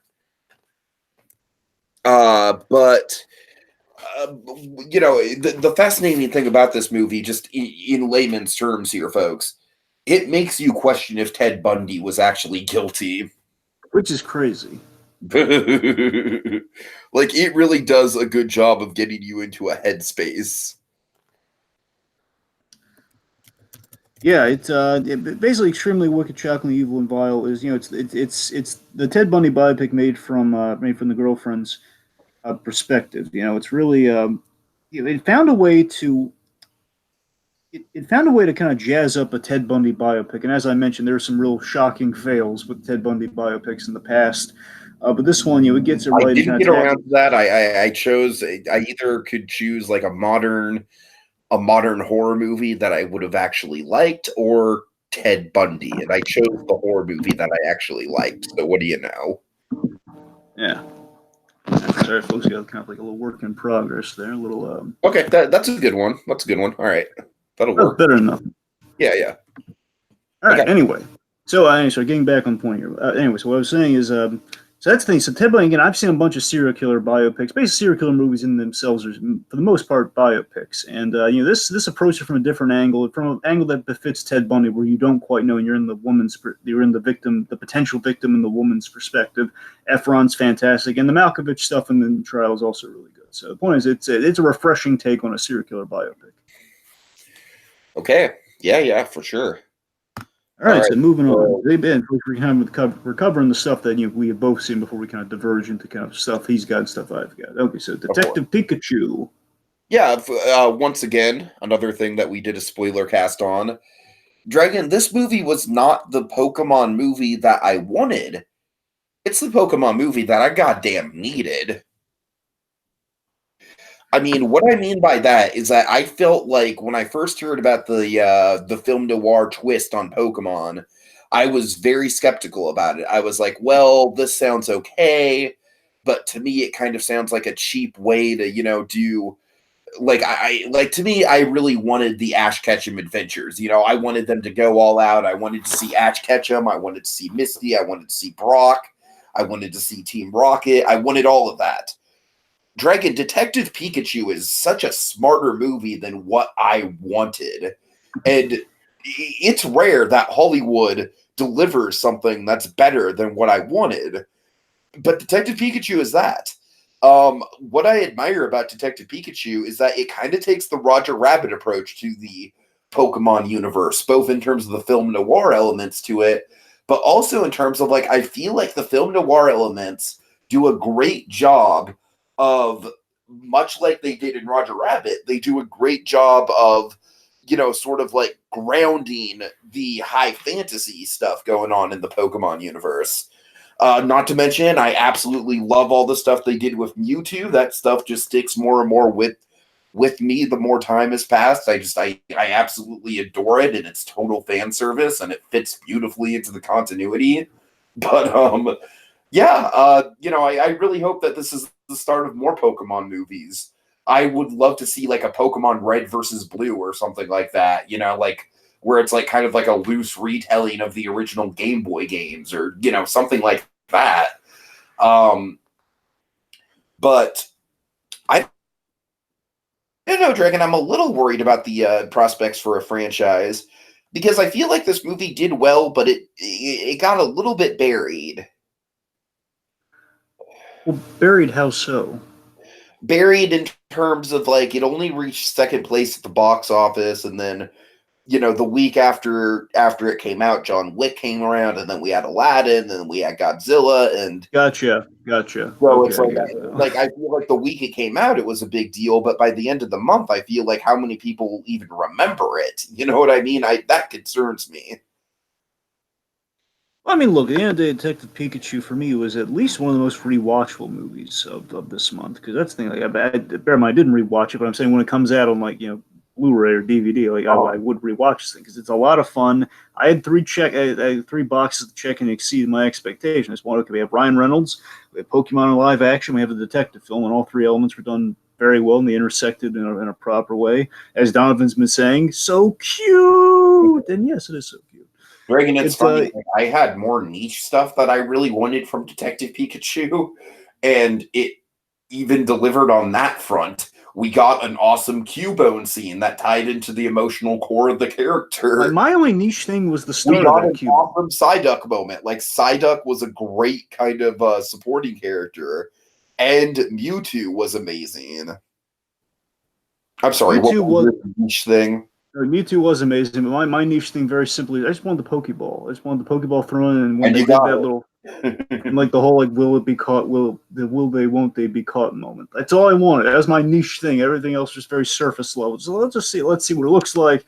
Give me some. Ryan Reynolds alone is the reason to watch the movie. If you're on the fence for some reason, it's funny. It captured the magic of Pokemon, and again, it's not perfect in terms of like certain plot points, but again, it's a blast. At the very least, it's a blast and it's very rewatchable. So the point is, it was one of the most fun movies of May. All right. Now let's move on to the movie that BlueDragonFive gives a glowing endorsement of. It was good enough.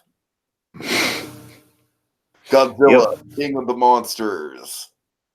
So yeah, the good enough Godzilla movie. It's here's the thing. So look, in all seriousness, so Godzilla King of the Monsters, it's a proper Godzilla sequel. Like the kaiju stuff rocks. It's got a great cast, of course. Our girls in it. No, we're not talking about Millie Bobby Brown. She's in it too. She's great, but I'm talking about our girl. I keep bragging. It sounds so ridiculous. I know I've told you this, but I keep bragging my friends who don't know about all the Bates Motel stuff. There's my girl.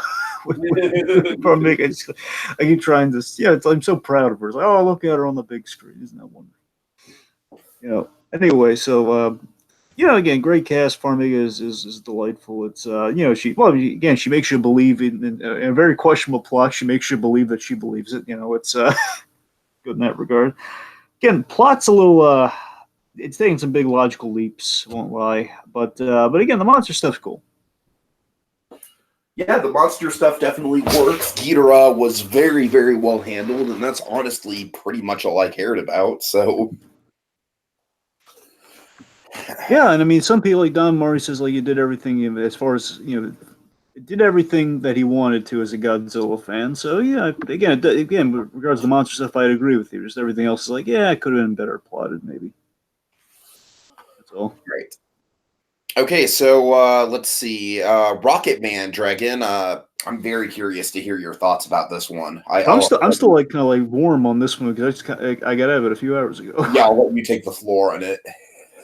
Rocketman, I was blown away by Rocketman. I really was. This was a wonderful, creative biopic. Had a lot more style than Bohemian Rhapsody. But to be fair, Bohemian Rhapsody, given fun fact, folks, the same. Well, I shouldn't say this.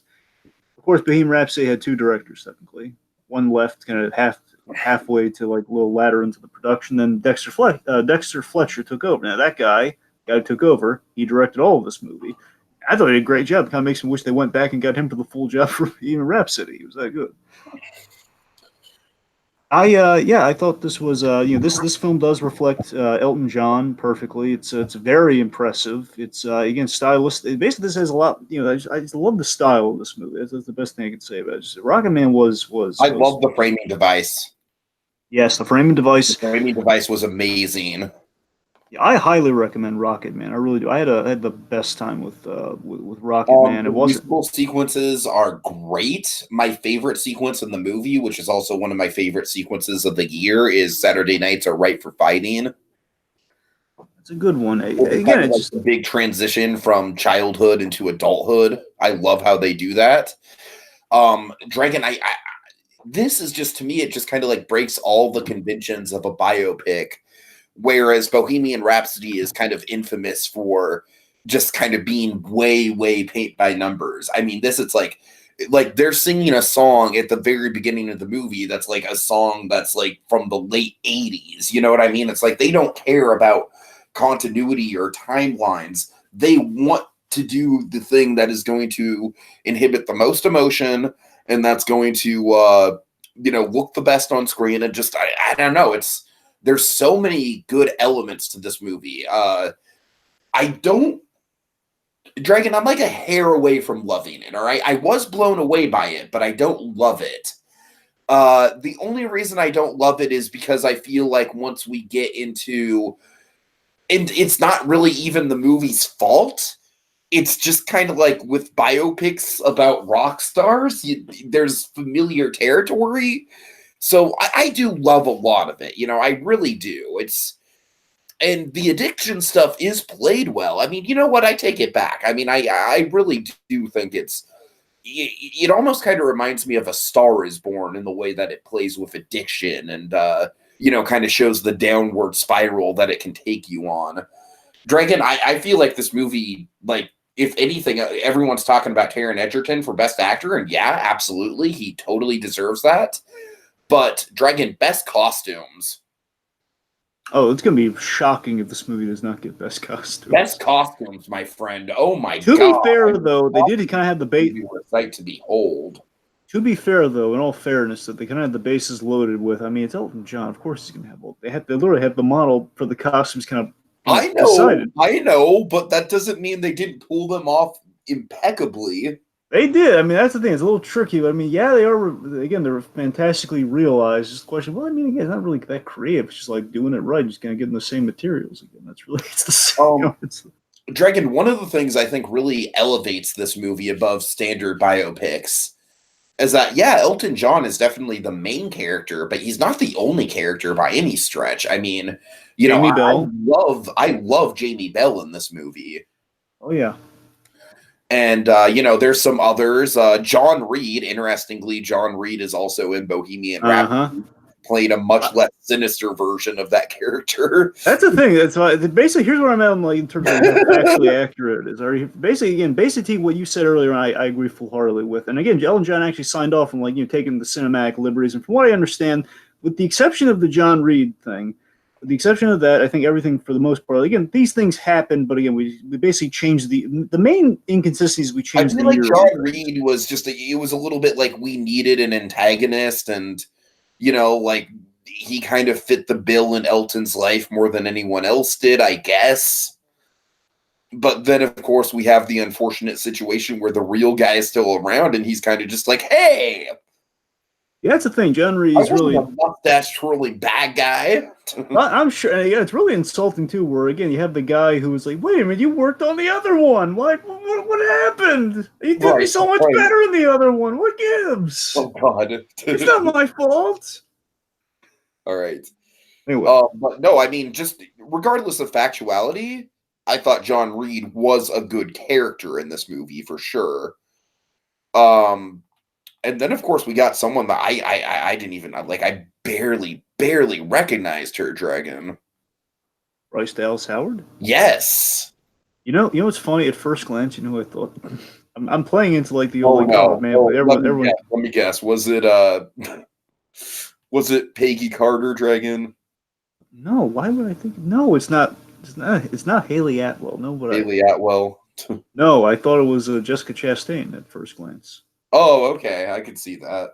I think it might be like some, they have all these articles about like, hey, you have like these two celebrities that look alike, and yeah, I tell you, Jessica Chastain and Bryce Dallas Howard, they bear somewhat of a resemblance, but no, I kind of like I pieced together like think halfway later than I should have. I pieced together, oh, that's not Jessica Chastain. Anyway, but yeah, again, I think the fantasy sequences, the fact that they're not afraid to kind of tell stuff out of order, the addiction stuff is really good, really compelling, and the framing device just holds it all together, and it's really solid. It's not my favorite movie of the month. We'll get to my favorite movie of the month, but it's up there, Dragon. It might be a solid. I would definitely say this is my second favorite movie of the month. Let me put it this way: one of the best musical. I'm not saying it's the best, but I haven't really kind of given it that much thought. But one of the best musical biopics I've ever seen before this was Beyond the Sea, which I'm sure now leaves a bit of a sour taste in some people's mouths, given its star. But taking that out of the equation, I don't know why musical biopics seem to be attracting questionable talent these days. I don't know. Point being, going back when Beyond the Sea is still, oh man, that's such a good movie. And again, it has somewhat of a similar device with the kid, with Elton John and the younger version of himself. And it's very much kind of from Beyond the Sea. So I really enjoyed that aspect of it as well. So I think they did in a different way here. But again, my point being is it's akin to another really great musical biopic, and I feel this again it had its style. And again, the thing that hooked me with the Rocketman trailer was based a true fantasy, where they know from the get go, like, yeah, we're gonna fudge some details here, but it's gonna be all fantasy. Like, I mean, he's flying. I mean, it looks like he's flying, right? right. And again, it did the one thing. Again, it's not a biopic about a musical. Bohemian Rhapsody is a biopic about a music group. Mm-hmm. Well, this is a musical biopic. That's the difference. It's a biopic that uses the musical aspect of it to wonderful point of realization that again you have to see. I like that the character of Elton John, music isn't the biggest, like it isn't the defining factor in his life. It's just kind of like the catalyst to a really interesting personality. Exactly. Elton John is the musical, all the potential that he had as his original identity. Again, there is an identity there, and then of course everything that he is and everything that is Elton John is the music. It is like the moment he played the piano. That's the creation of that other side of himself. It's quite fascinating. Points Rocketman, I can't recommend any more highly. So let's move on. Okay, The Intruder. Oh man, Jesus Christ! So tell me what the story is with The Intruder in it. What's going on? Okay, so a young, like, rich, wealthy couple who apparently has no money issues at all. Like, they're just completely loaded and can just do stuff like on a whim. They buy a house, Dragon. They buy a mansion off of Dennis Quaid, and Dennis Quaid, the wife of this couple. She seems to think that Dennis Quaid is just kind of like this charming, kooky old man. He's just kind of like, he's hanging around the place after they sold it. He's still mowing the lawn. He's bringing over pies. But very obviously, Dennis Quaid is like kind of like, a crazy person who was forced to sell his house, and now he doesn't want to give his house up. And that's kind of the premise. It sounds a lot more interesting than it is. Dragon, this movie is super repetitive. Basically, all this movie is like rinse and repeat of like the wife getting into a stupidly dangerous situation with Dennis Quaid, and then the husband being out of the picture, and then the husband coming home and being like, "What the fuck you doing here, Dennis Quaid? This ain't your house." And then Dennis Quaid being like, "Well, I didn't mean to intrude." And, twists and turns happen. It's very predictable. It's not scary at all. Is Dennis Quaid fun? I mean, sure. Yeah, he definitely feels like he's having a good time. He's hamming it up. But, Dragon, this is one of the worst movies I've seen this year. I know people that like it from a kind of Serenity so bad it's good point of view. But to me, this movie was like just too repetitious for that kind of like so bad it's good. I mean, I just sat there bored. I just sat there like, I could totally tell how this was going to play out like 10 scenes in advance. The wife character in this movie is just aggressively stupid with how much she trusts Dennis Quaid, Dragon. Just aggressively stupid. I mean, we're talking like Dragon. I'm going to make a distinction between this and Ma, all right? I want to kind of plant a flag here. Ma and this have very similar premises. And Ma also has characters that get themselves into dangerous situations, based on their own lack of judgment. The difference between the two I will illustrate when we get to Ma. But suffice to say, The Intruder is very much the bad version, Dragon. Okay. All right, so let's get into one. I'm going to be honest with you, Dragon. Do you know why I didn't see this movie? Why didn't you see this movie? The runtime. Oh, really?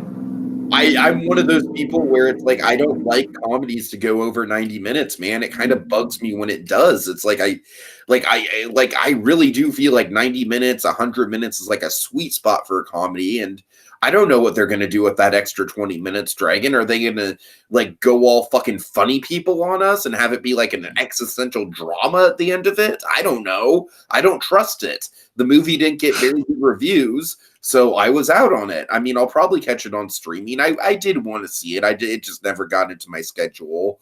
Wait, really? This didn't get good reviews? Yeah, we're talking about Long Shot with Seth Rogen and Charlize Theron. Really? This didn't get good reviews? I didn't hear that. Huh. It really didn't get good reviews at all. Okay, anyway, so so Long Shot. So look, Long Shot, at least to me, I guess, Long Shot to me, this was a pleasant, refreshing romantic comedy with Seth Rogen and Charlize Theron. I really thought this was pleasant and refreshing. It did. It's got some clever political jokes that aren't that they're not putting anyone out. I think it's like clever. Like there are some parallels to draw there, but like Bob Odenkirk plays the president, and it's wonderful. Bob Odenkirk is really funny because he's I guess I'll give you a little bit of something here. So like Bob Odenkirk, he plays a president who the idea, and this is quite hilarious, is that, and again, you can kind of, without saying anything, we don't worry about, don't have to tug your collar for political ties or anything here, but I think you can make I think the connections are a little bit, like a little dotted line somewhere. Point being, Bob Odenkirk plays the president who initially played a president on TV, and then he got elected to be an actual president. That's great. And now, again, as a president right now, this is the premise of the movie, so I don't think I'm really giving anything away. So the idea is that he wants to go back to being an actor again. So he's going to. The idea is that his term will be either his term will be over. He's going to. If what happens, the point that he won't be president any longer. And Charlize Theron is, I believe, the Secretary of State. Sorry, it's been a little while, a little rusty. I believe she's Secretary of State. The point she's high ranking, and the idea is like she wants to run for president, and basically the president will give her the endorsement. That's the idea. I had no idea there was so much political intrigue in this movie. That's more like the premise of just the idea. Okay, she's running. She wants to be the first female president, and right now she's going around. She needs a speechwriter. It's ideal to get some goodwill going, and Seth Rogen is that speechwriter. Again, the idea of a really intrepid reporter who she knows from the past. And here's the thing: it's a Seth Rogen movie. It has really good talent on it. So the director, just to give you kind of the brand of Seth Rogen movie we're getting here, the director of this had done 50-50 and Night Before. Night Before being a really good movie featuring Seth Rogen in it. I still have to see that one. I think you really like it. Both of them. I've heard really good things about 50-50. I haven't seen 50-50, but I too have heard really good things. But I can vouch for The Night Before, man. You would love. I know you would love Night Before. And that's a Christmas movie, so one of these days, seasonal shenanigans, maybe. Point being, again, this is basically to me, this is like Seth Rogen with a real spit and polish director in a good way. This is a guy who really knows what he's doing, and I feel basically Rogen and Theron are really charming together. I think the Rogen humor is really good. I think I think all of his humor bounces off tremendously well off of Theron. I think she just plays off of it very well. It's refreshing. I think there's that's the thing. It really subverts a lot of the tropes. It feels a lot more real than your average rom-com. Basically, we're going to get to another rom-com I have here. It almost follows the Long Shot's lead, with the exception of one trope that falls prey to. Long Shot does not really fall prey to necessarily any of the major rom-com cliches. Like this is a real. I had a really good time with launch. Better than I thought it was going to be. It was just, I mean, I was hoping for good stuff because the trailer looked really appetizing. It was as appetizing as it appeared. It's a real feel good. It's a clever feel good movie that features Seth Rogen. That's the best way I could put it. I'd like to think Katie Merrigarden would enjoy this one. I personally would like to think so. I've heard some diehard Seth Rogen fans saying it's a little watered down, but I don't know. I liked it. All right. Okay, so oh man. Oh God, Jesus Christ. Fuck me. Just Oh, by the way, Tiki, real quick before you continue there, Donovan says this movie is a weak version of The Intruder. It's just the movie's a weak version of if Get Out meets Halloween. That's what The Intruder is. I mean, I more see The Intruder as just a very inferior version of Ma, but we'll get into that. Right. I don't really see the Get Out there. I definitely see some Halloween. The Intruder just doesn't have anything interesting to say on a social commentary level, which is why I don't see the Get Out. Okay, so, oh God. Dragon, do you know how much I didn't like Winchester? I remember you being really, really anti-Winchester. Tolkien is this year's Winchester. I mean, here's the thing. I just want to put a perspective for you here. I was really intrigued by this movie. I was really hoping for it because again, Nicholas Holt's in it. Again, by the way, the other sucks. This movie can suck my dick. That's being a little graphic, but no, Dragon. I hate this movie. It's that bad. It's that bad for someone who's a Tolkien fan. Maybe if you're not a Tolkien fan and you just want a good biopic, maybe.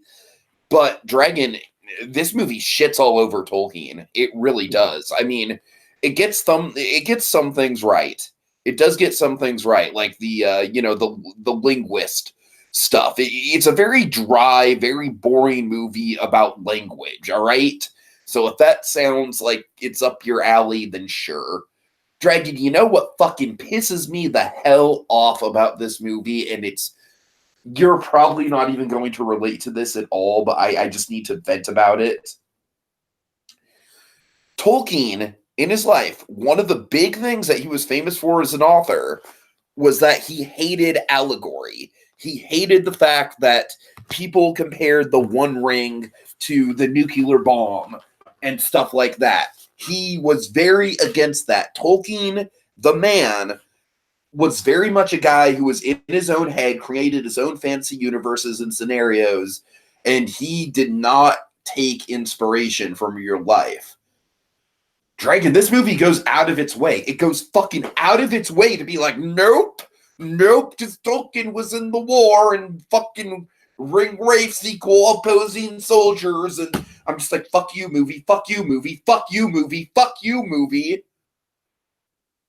Dragon, it got under my skin, man. I mean, I honestly can't believe that Tolkien Estate signed off on this. I mean, it's a fucking atrocious biopic of just because look, Dragon, if it was one time in the movie, I'd be like, all right, I'll give it a pass.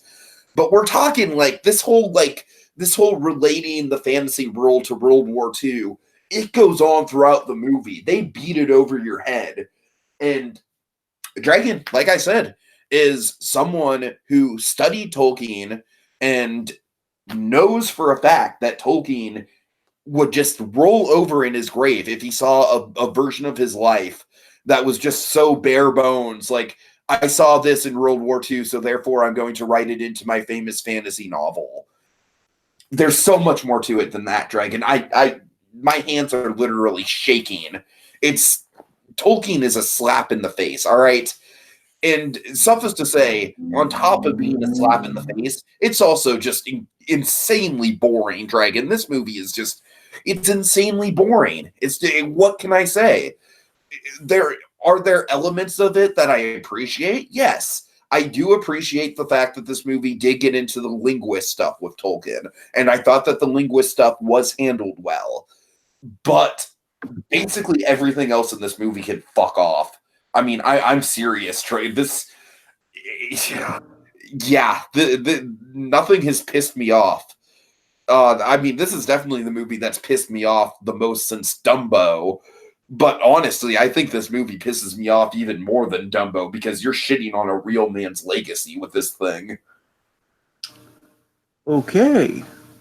And on that note, yeah. Let's talk about something a little more impressive then. Let's talk about John Wick 3, Parabellum. Well, John Wick Chapter I'm 3. someone where it's like I watched the first John Wick. I thought it was a solid action movie.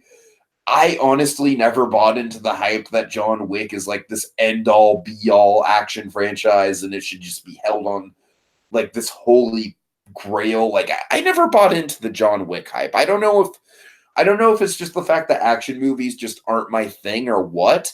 On a technical level, they're very good. I just never got it. Like, yeah, it's a hotel for assassins. I never really. My mind was never blown with the world of John Wick, Dragon.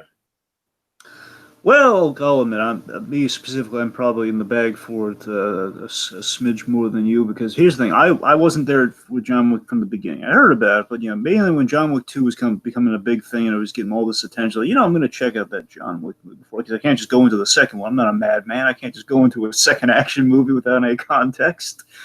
I went back and I watched the first one, and I saw what the draw was. The draw, very simply, is that it's a again, it's kind of sorry, I'm trying to find the right words here. Is that it is the first John Wick movie? Again, it's a very straightforward action movie. It's very straightforward, very understandable, relatable premise. In that, okay, a guy wants revenge for famous. It's not really not a major spoiler, I would hope. John Wick, of course, dog gets killed, the car gets stolen after his wife died, and essentially left both to him. Mainly left the dog to him as like a way of coping with her death. So John Wick, guy who's gotten out of the assassin game. Again, is kind of pulled back in through an outside force, and that's kind of where we leave them, and then we're in that world in the following film. But the point being, again, it's kind of very simple revenge movies, really well directed, really kind of practical, grounded stunts. And it was kind of like the rebirth of Keanu Reeves. We haven't seen him kind of take on like a big action franchise since the days of The Matrix, for all intents and purposes.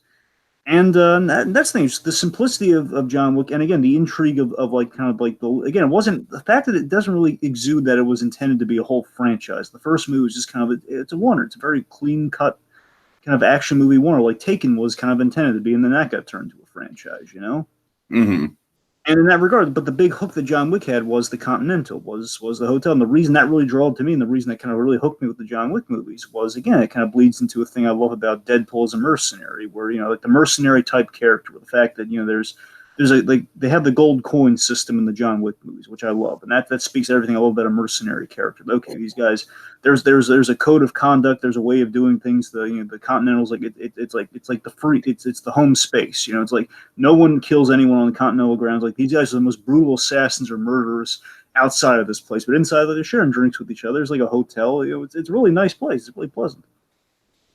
There's civility in this place, and like the way the world works. Where the guys who clean the crime scenes and the bodies and everything.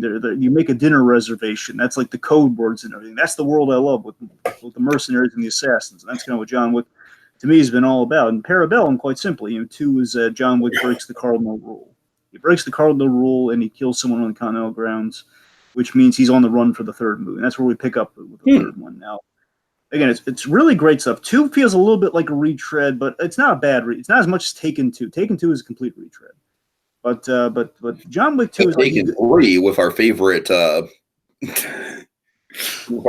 cameo. Now that's a different story. We love Taken 3. There is, but seriously, I'd recommend, especially after Parabellum comes out, at the very least after potentially, again, it sounds like it's going to be really. Dragon, here's the thing: I watched John Wick 2, and again, I was just kind of numb to it. I was just kind of like, all right, this is just kind of like flashy action. I'm not really getting the big appeal of the world here. I don't know what to tell you. Again, it's just kind of. I don't know either, man. It's John Wick is one of those weird pop culture things that I feel like I just kind of missed the boat on, unfortunately.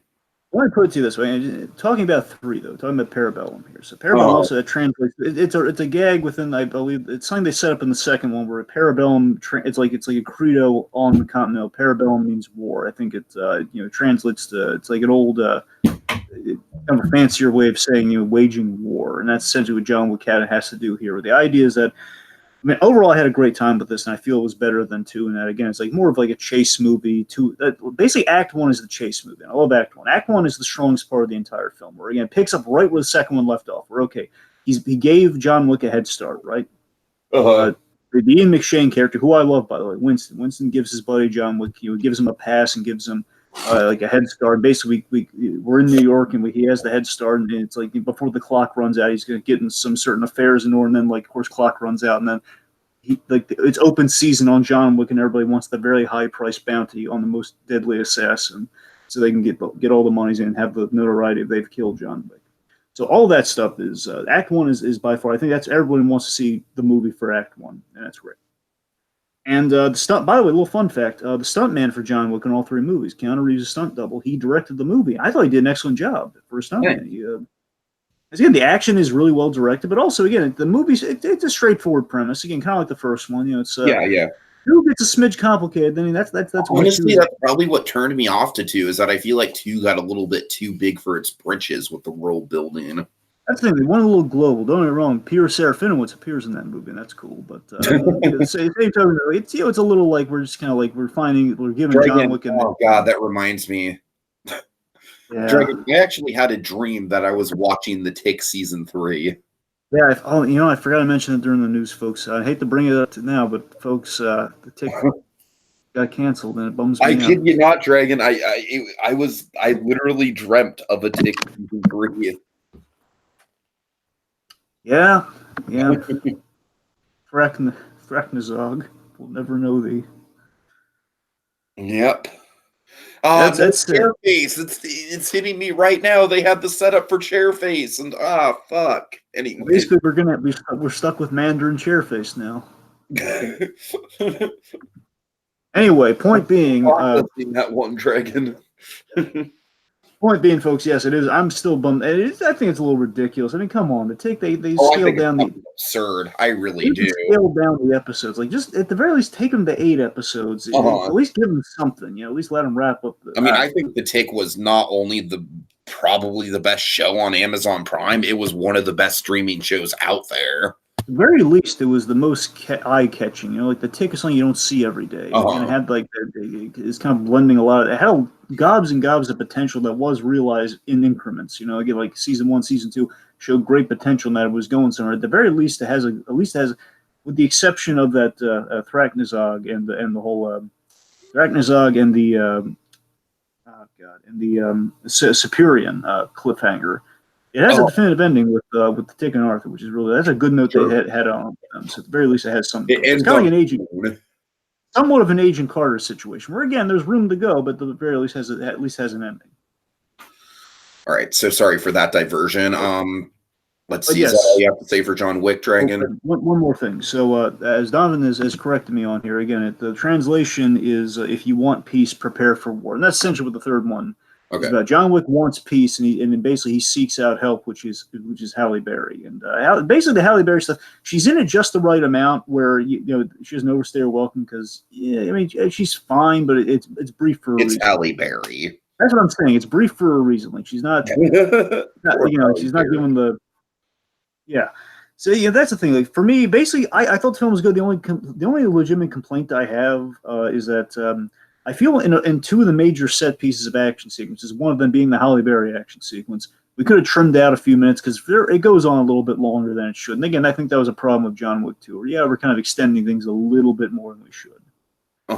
Basically, if it were edited, maybe take 10 minutes out of each action sequence, I think it would be maybe not 10, like 5 to 10 minutes, splitting it between. The point being, I think it's leading. Basically, the main takeaway is that it's leading up for an excellent finale. Reportedly, Keanu Reeves is only going to do one more, and that sounds like. And based on how this movie ends, without giving it away, I think a fourth one is going to be really exciting. And I think if they ended at 4, I think they're going to be in really good shape. Nice. Okay, so I had a good time with John. All right. Okay, so Dragon, I realize that Aladdin is actually not on my list. So what do you want to do? Do you want me to do Aladdin and Brightburn before passing it back to you? Yeah, we should do that. Yeah. Okay, so I'll start with Aladdin. Jacob and I did a podcast on this, and Dragon, I really liked Aladdin. Actually, Aladdin was a big surprise to me. I'm not going to say it was necessary. I'm not going to say it was as good as the original, of course, but I really do think they did about as well as they possibly could with it. Will Smith's Genie, Dragon, it was phenomenal. I mean, it was so likable.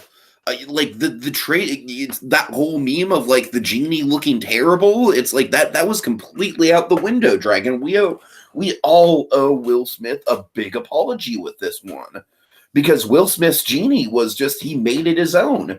It wasn't Robin Williams. It didn't feel like Robin Williams. It felt like the same character, but channeled through Will Smith. And I loved it. Friend Like Me might be one of my favorite live action Disney sequences ever. I mean, the energy on display, Dragon, I'll put it this way. Friend Like Me was exactly what I wanted Pink Elephants on Parade to be. Gotcha.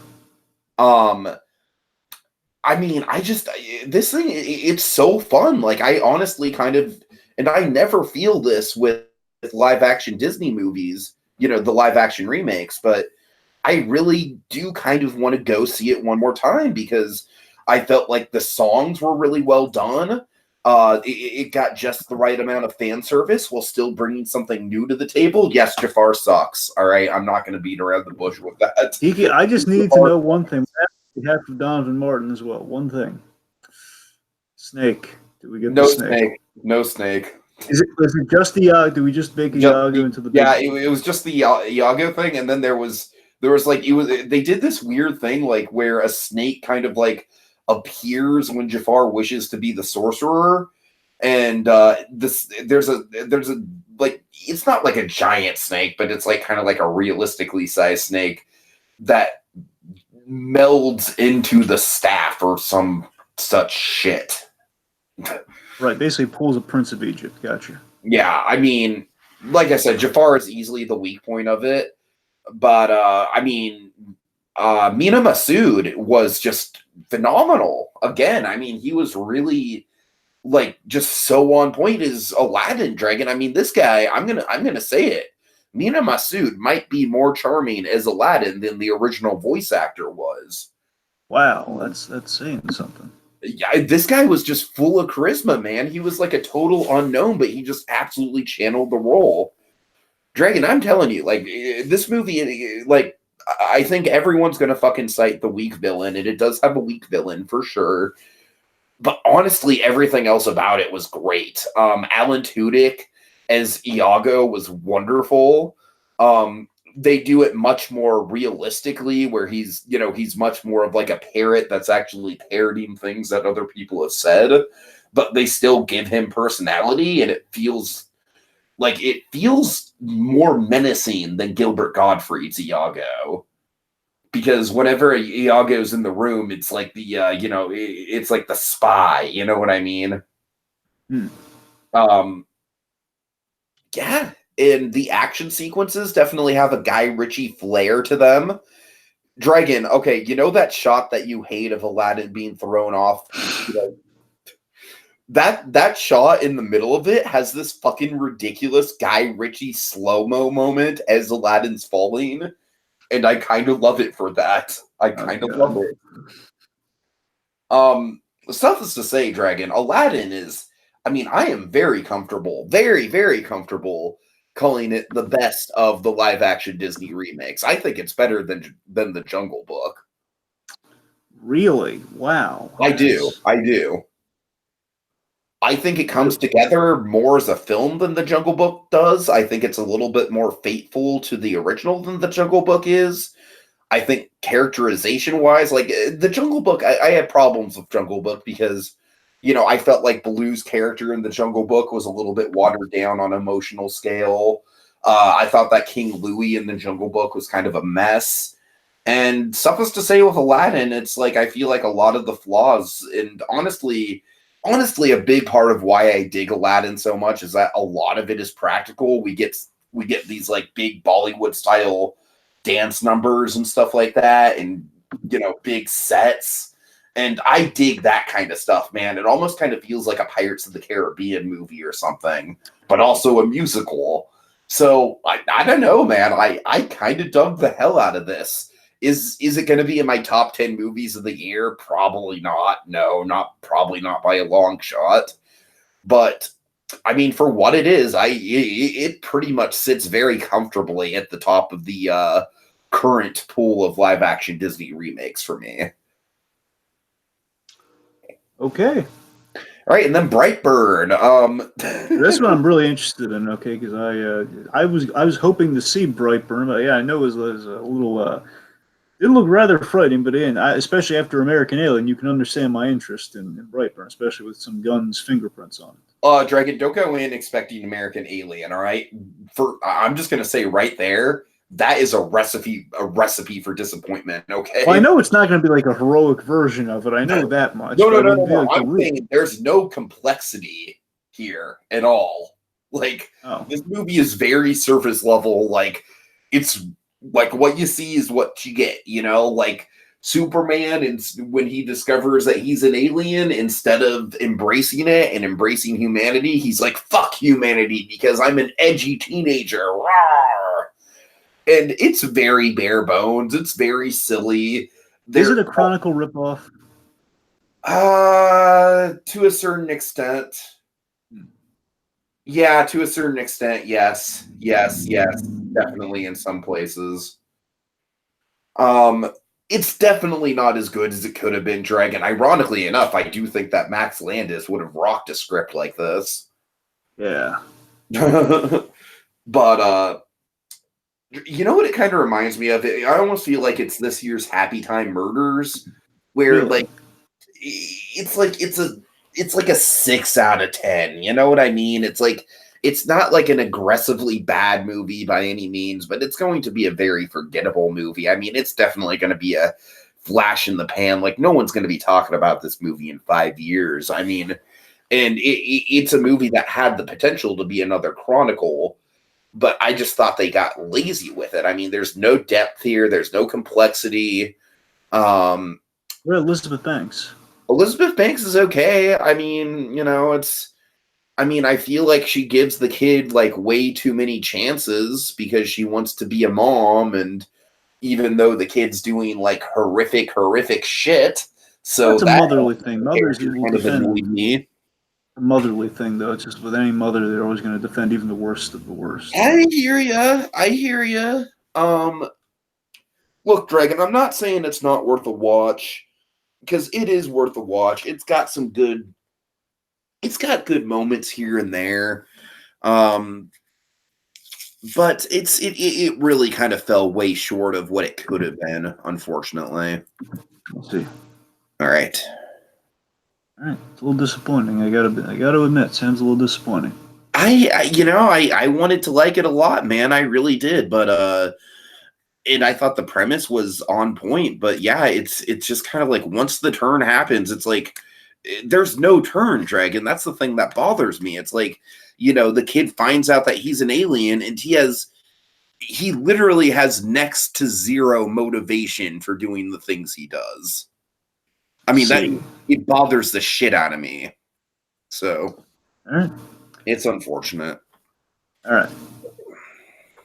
Okay, so I guess that brings me to literally, short of Rocketman, the most recent thing.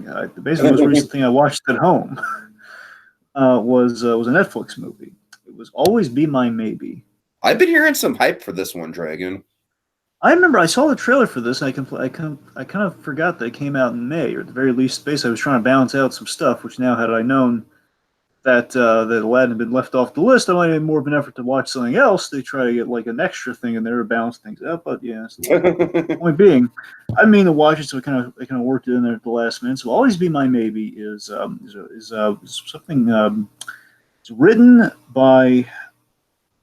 It's written by Ali Wong and Randall Park, who appear in the movie, playing the romantic leads. They play, Randall Park and Ali Wong. They play the two main characters. And this film is way better than I thought it was going to be. I didn't think it was going to be bad or anything. I thought it was, there's always a question of how standard a romantic comedy, especially a Netflix romantic comedy, will be.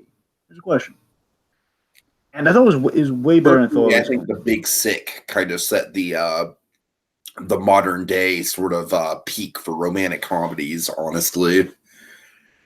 That's a fair point, but this I gotta be honest. This one, again, I can't say objectively, but I can say personally. This one hit me in a rather personal place. It really did. Okay.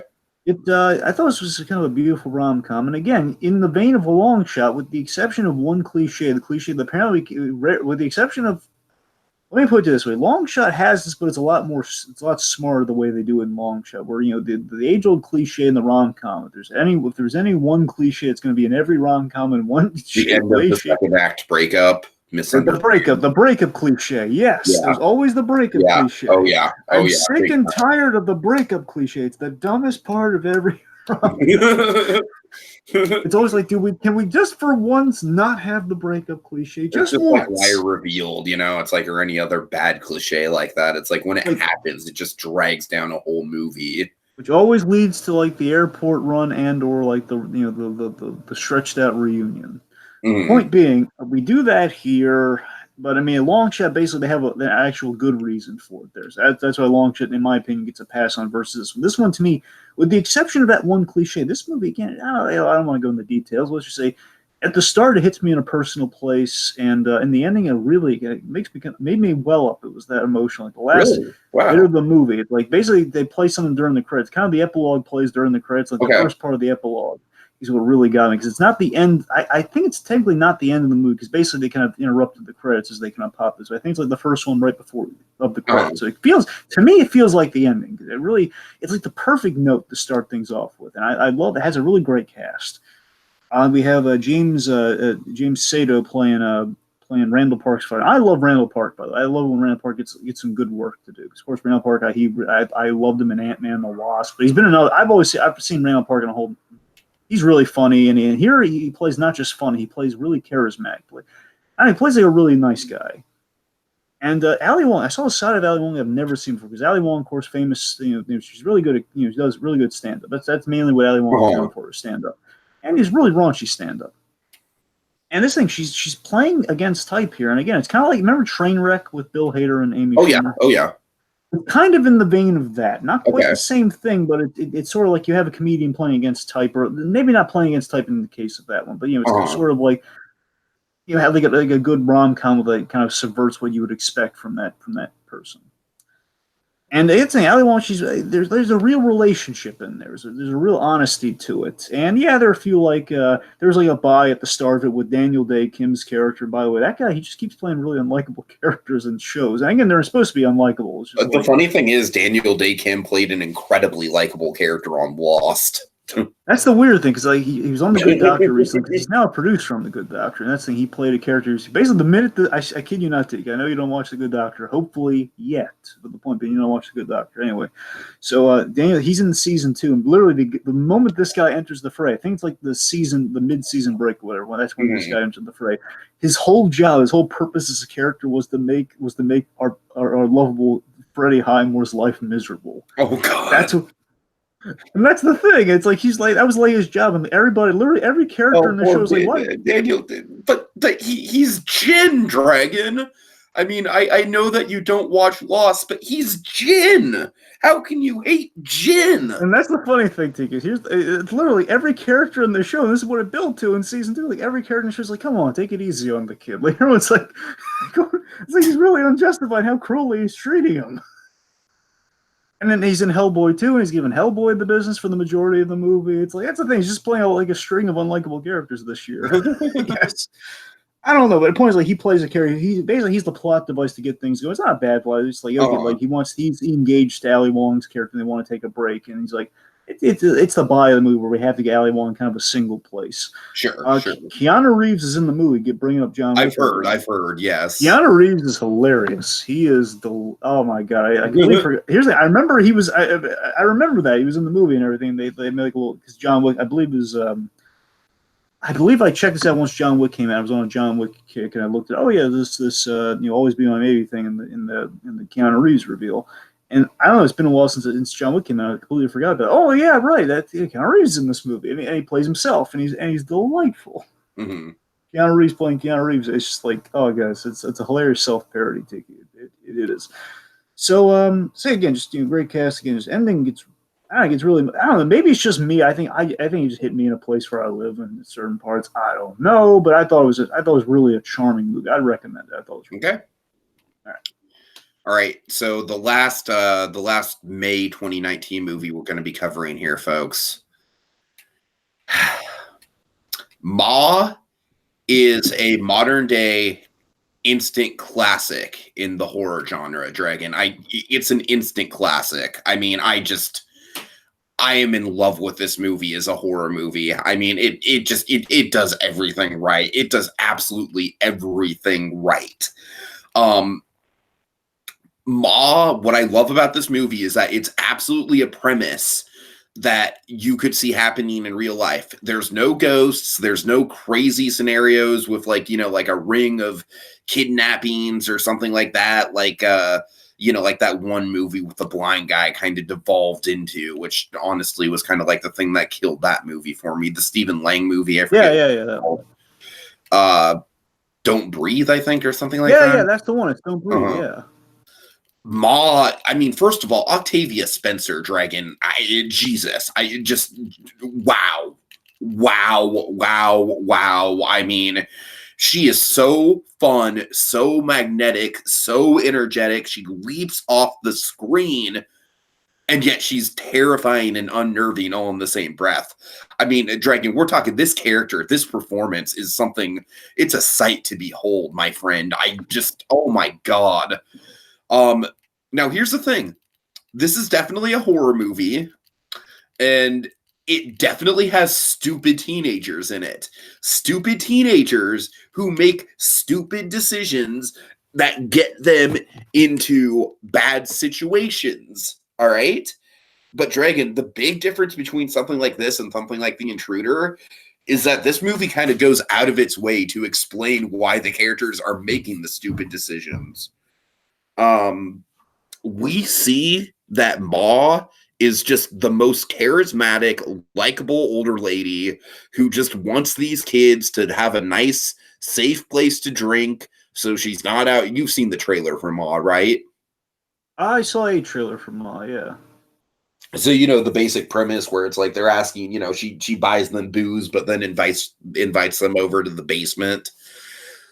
And Dragon, what I love about the movie is like about halfway through the movie, the main characters pretty much figure out that there's something very wrong with Ma. But because Ma's place is the go-to hangout spot to drink for the town now, because it's very much this kind of small town vibe we're going for. And Ma's house is like the talk of the town. I mean, Dragon, we're talking like kids are still partying over at Ma's and having birthday parties and drinking. It's like, there's this glorious scene. I have to run down this scene for you because to me it kind of encapsulates why the stupidity of these teenagers works. All right. So this one dude kind of gets in Ma's face a little bit, kind of like, "Oh, Ma, you crazy." And then Ma's just like, "I'll show you crazy. I'll show you crazy." And she whips out this pistol, right? She's like, "Strip, boy, strip." And then, it's like, it's just this very tense moment. The guy literally just strips down and, the friends are watching and everything. The music's all tense. And then Ma's just like, it just kind of like breaks the tension. Like, "I ain't never shot this thing in years. It's not even loaded. I got you good." And then you see the dude who's stripped naked and he's got this kind of like terrified look on his face, right? He's just like, "Oh my God, what the fuck just happened?" And he's sort of like processing it. But then he kind of cracks a smile and he's just like, "Ma, you got me good, Ma." And so that's the thing, Greg. And it's like these people are such idiots, but they're idiots in such a fun way.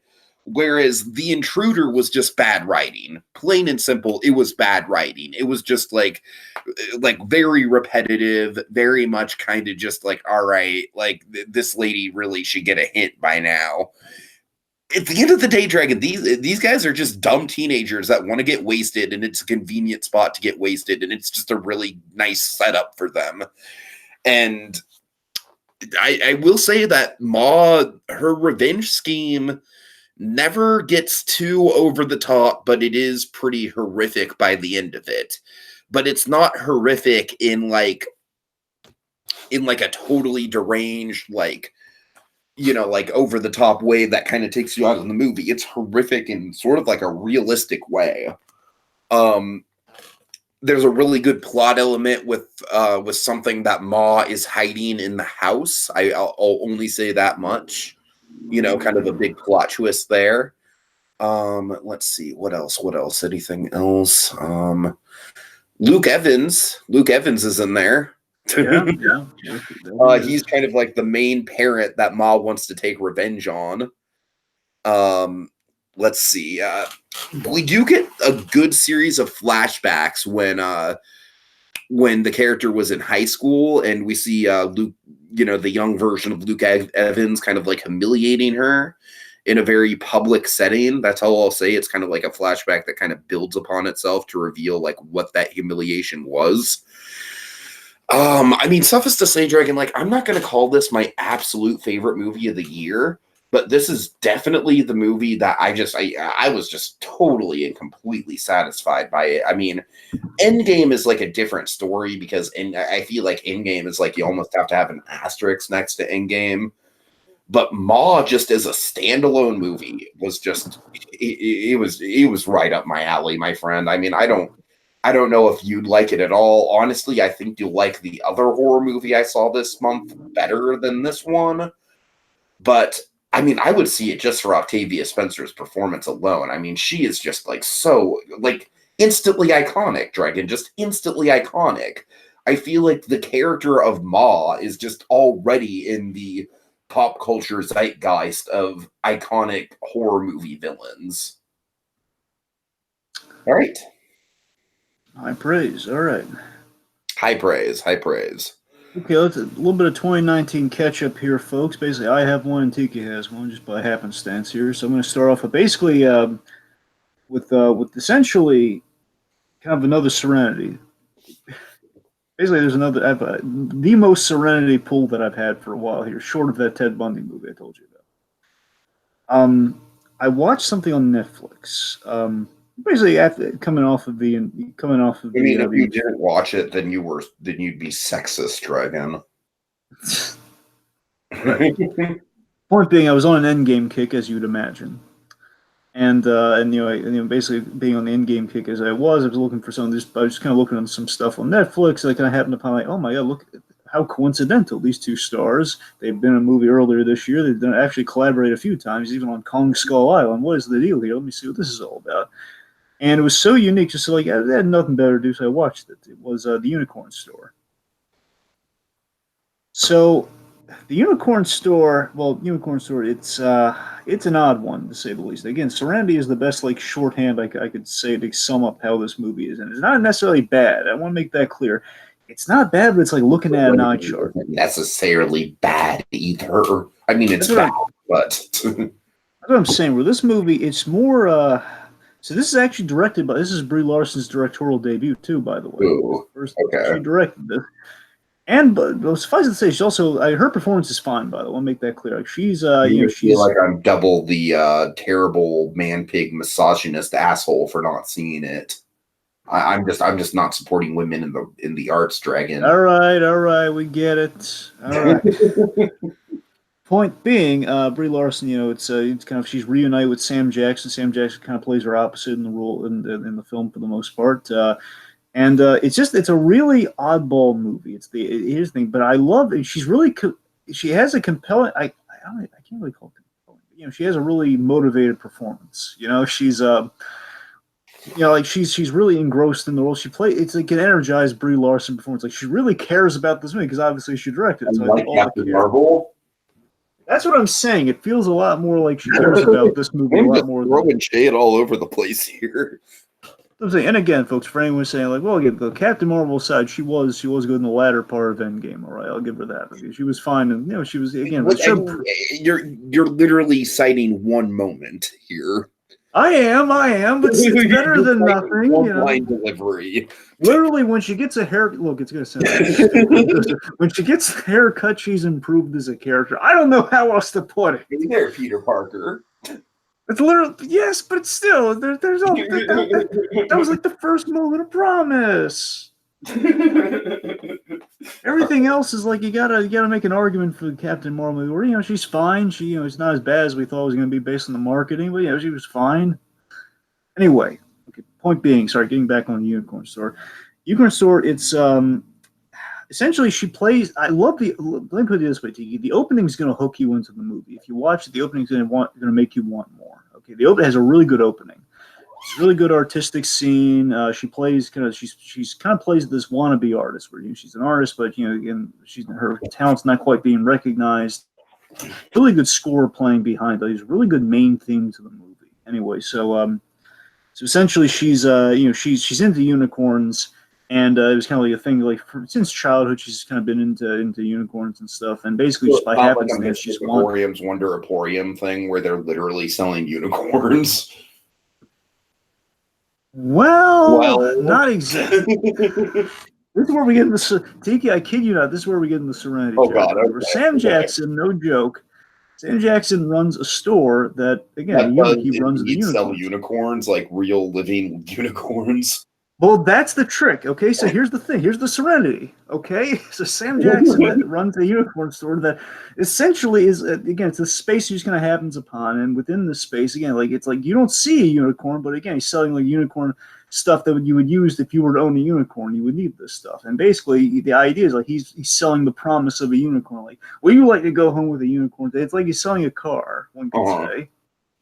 As if you were selling an orange, but no, he's selling. He's like selling the promise of the unicorn, but unicorns have to go to the perfect owner, which basically she's having to prove herself, has to build a stable and everything. Where she basically like she's trying to earn the right to own a unicorn through the movie,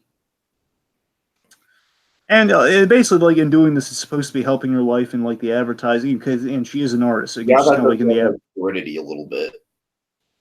Basically. Serenity.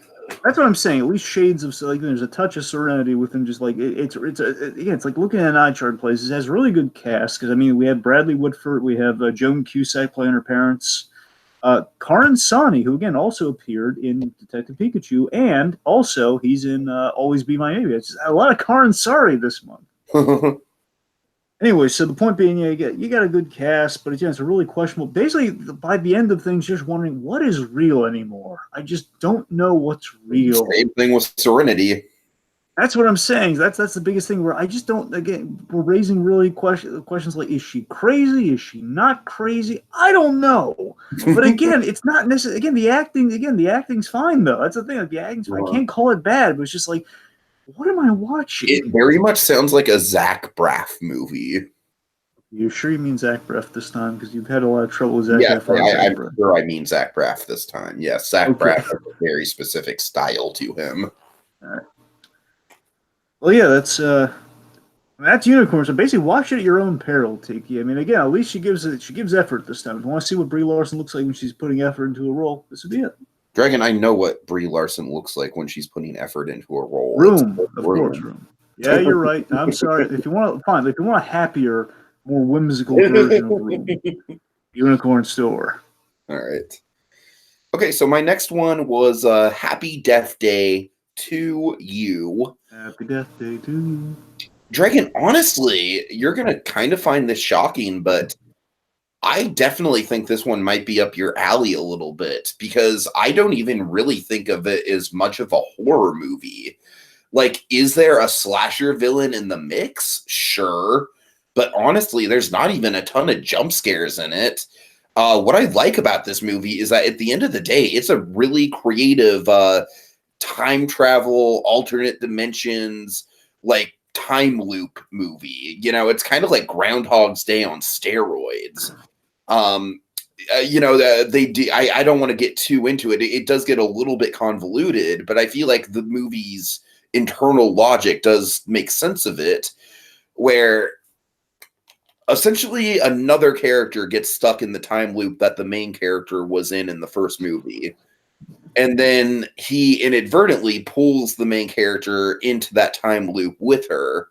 And so now she's existing in this weird kind of like alternate Back to the Future Part 2 style timeline where her mother's alive. Of course, her mother being dead was like a big part of her character in the first movie. So this is like a basically the movie kind of like ends up being like kind of like this existential crisis of, should I stay in this alternate timeline that I wound up in because my mother's alive, or should I make the steps necessary to get myself back and fix the timeline?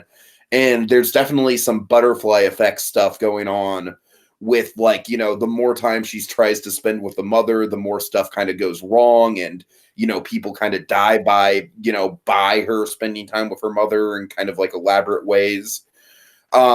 But Dragon, you know, like I said, I think it's just, at the end of the day, it's a very fun, high concept kind of like time travel alternate dimension movie.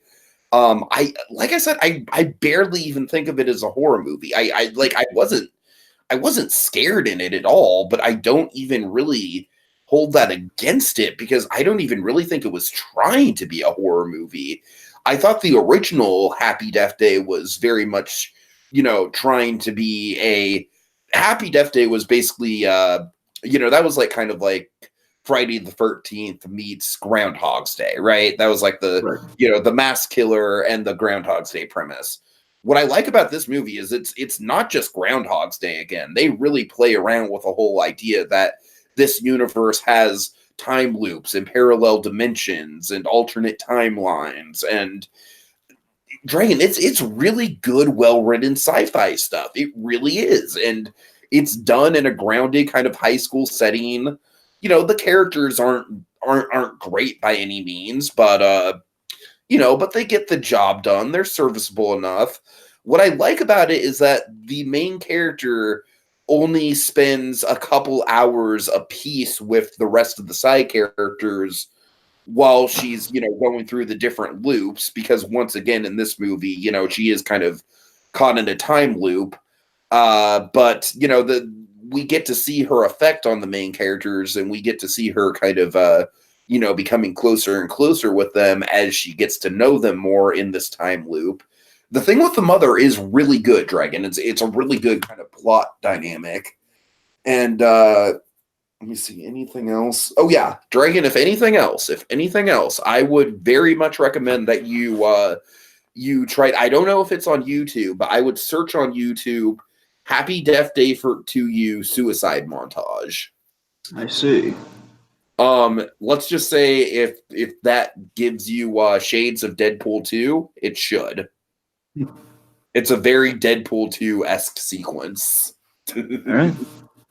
All right. So yeah, like I said, Dragon, I really do think that Happy Death Day to You, like, I don't think it'd be one of your favorite movies of the year or anything, but I think you'd have a good time with it. And like I said, it's very much like not a traditional horror movie. It leans way more into the sci-fi stuff than the slasher movie stuff. All right. Okay. So 2019, now let's get into kind of general catch up. Yeah. So we both saw Disney Descendants. Yes. It was a movie. I mean, Dragon, I think the main strength of it was kind of the cast was charismatic, and I felt like they filled in their roles good. It had a decent enough Disney Channel original movie plot to it. You know, at the end of the day, it's kind of one of those things where it's like we didn't really grow up with it, so we don't have a nostalgic connection to it. But I can see why it got popular. I could see why people like it. I very much prefer High School Musical over it, but you know, that's just my personal taste and nostalgia coming through. Yeah, I look. The first film shows promise with a solid premise. Again, the premise in itself, I get it, and I like. Okay, I can back the premise, sure. But a lot of missed opportunities. I mean, overall, it's kind of like Disney meets High School Musical. Funny enough, they have the same director. I wonder why. I wonder why it feels like High School Musical. Go figure.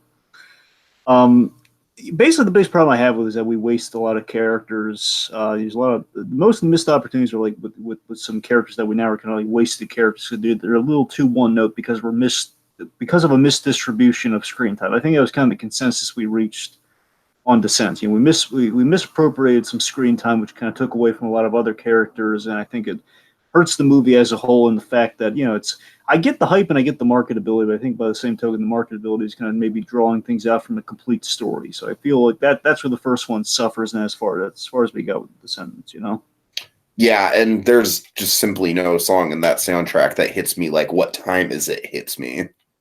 Yep. What time's it? Time of your life. Sorry.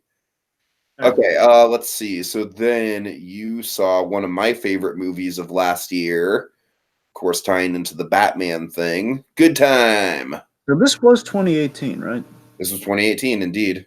I remember you talking about this. I just couldn't remember if it was 17 or 18. But okay. Dragon, I remember I just lost you when I was talking about it. Like, you couldn't have cared less. Yeah, and okay, so I've seen Good Time per your recommendation for the Pattinson news. Uh-huh.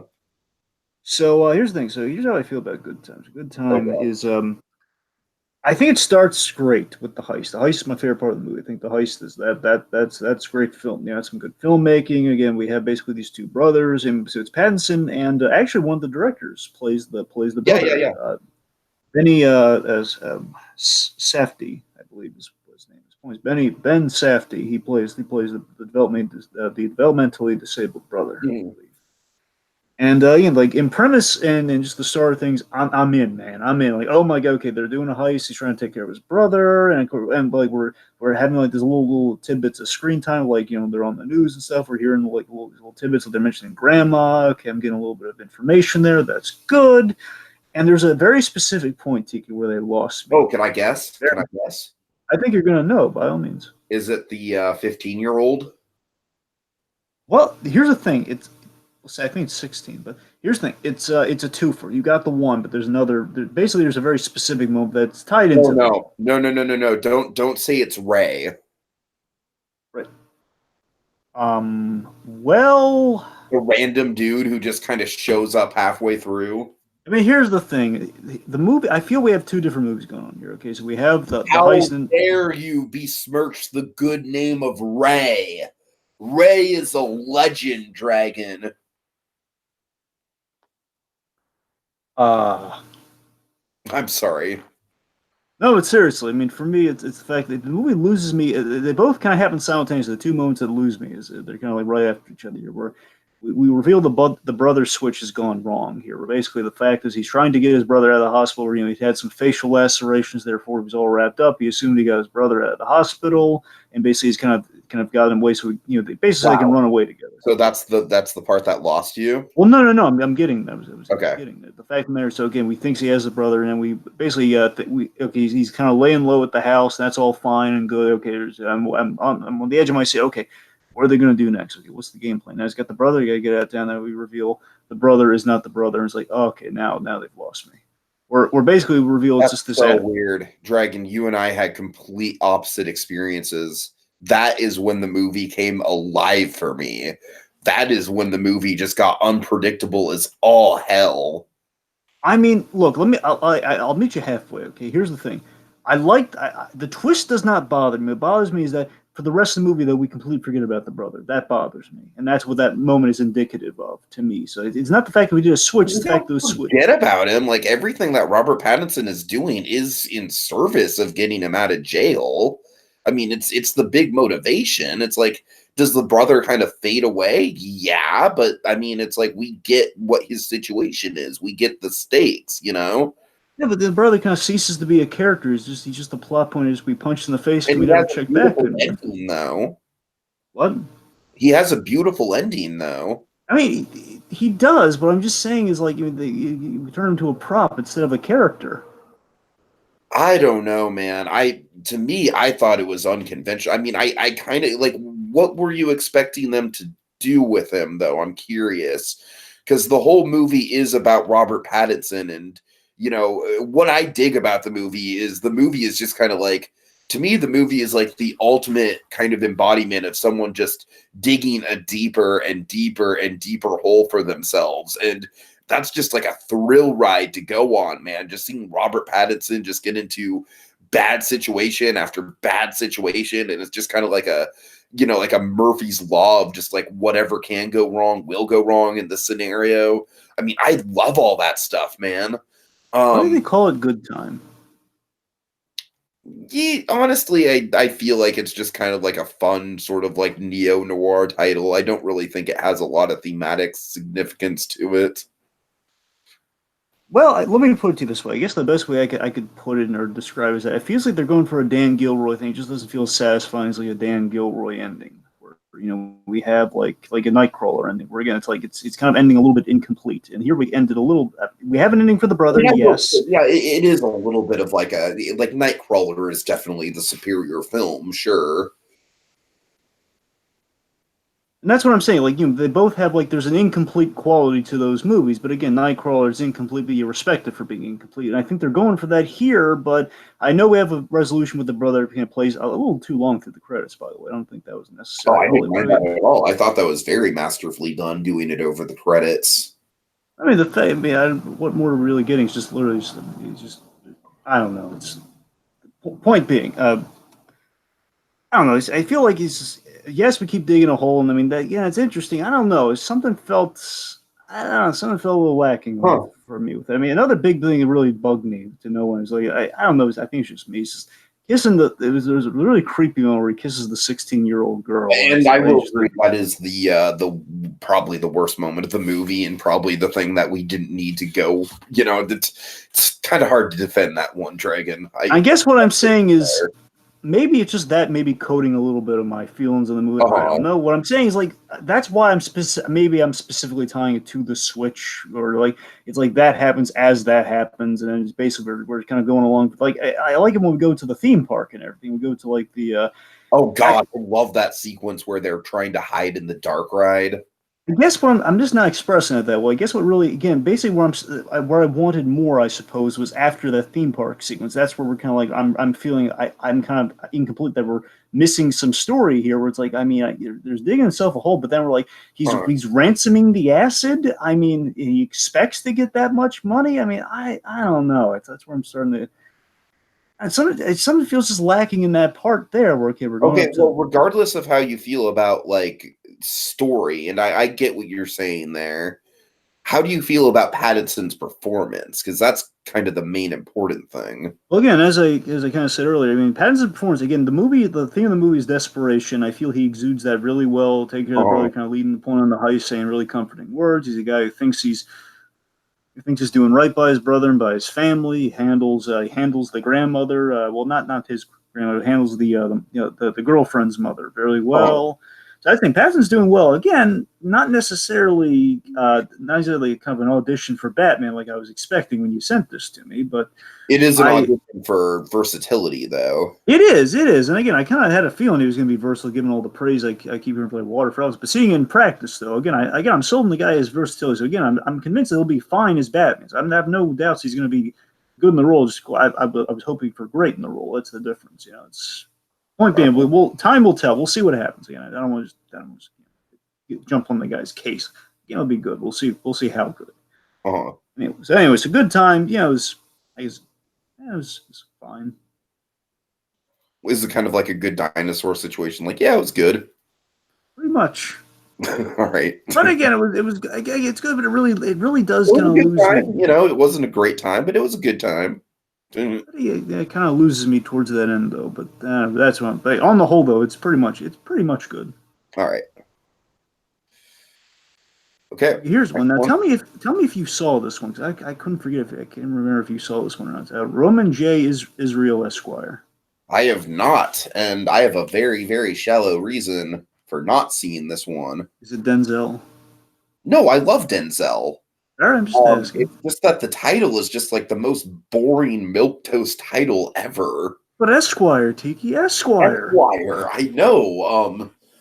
I don't know. I know Jimmy McGill's an Esquire. But it's it's one of those things where it's like I would never sit in a theater and be like, "Ah, yes, one ticket to Roman J. Israel Esquire, please." But anyways, so now remind me, this had a director attached to it, right? Well, obviously it had a director, but it had someone we know, right?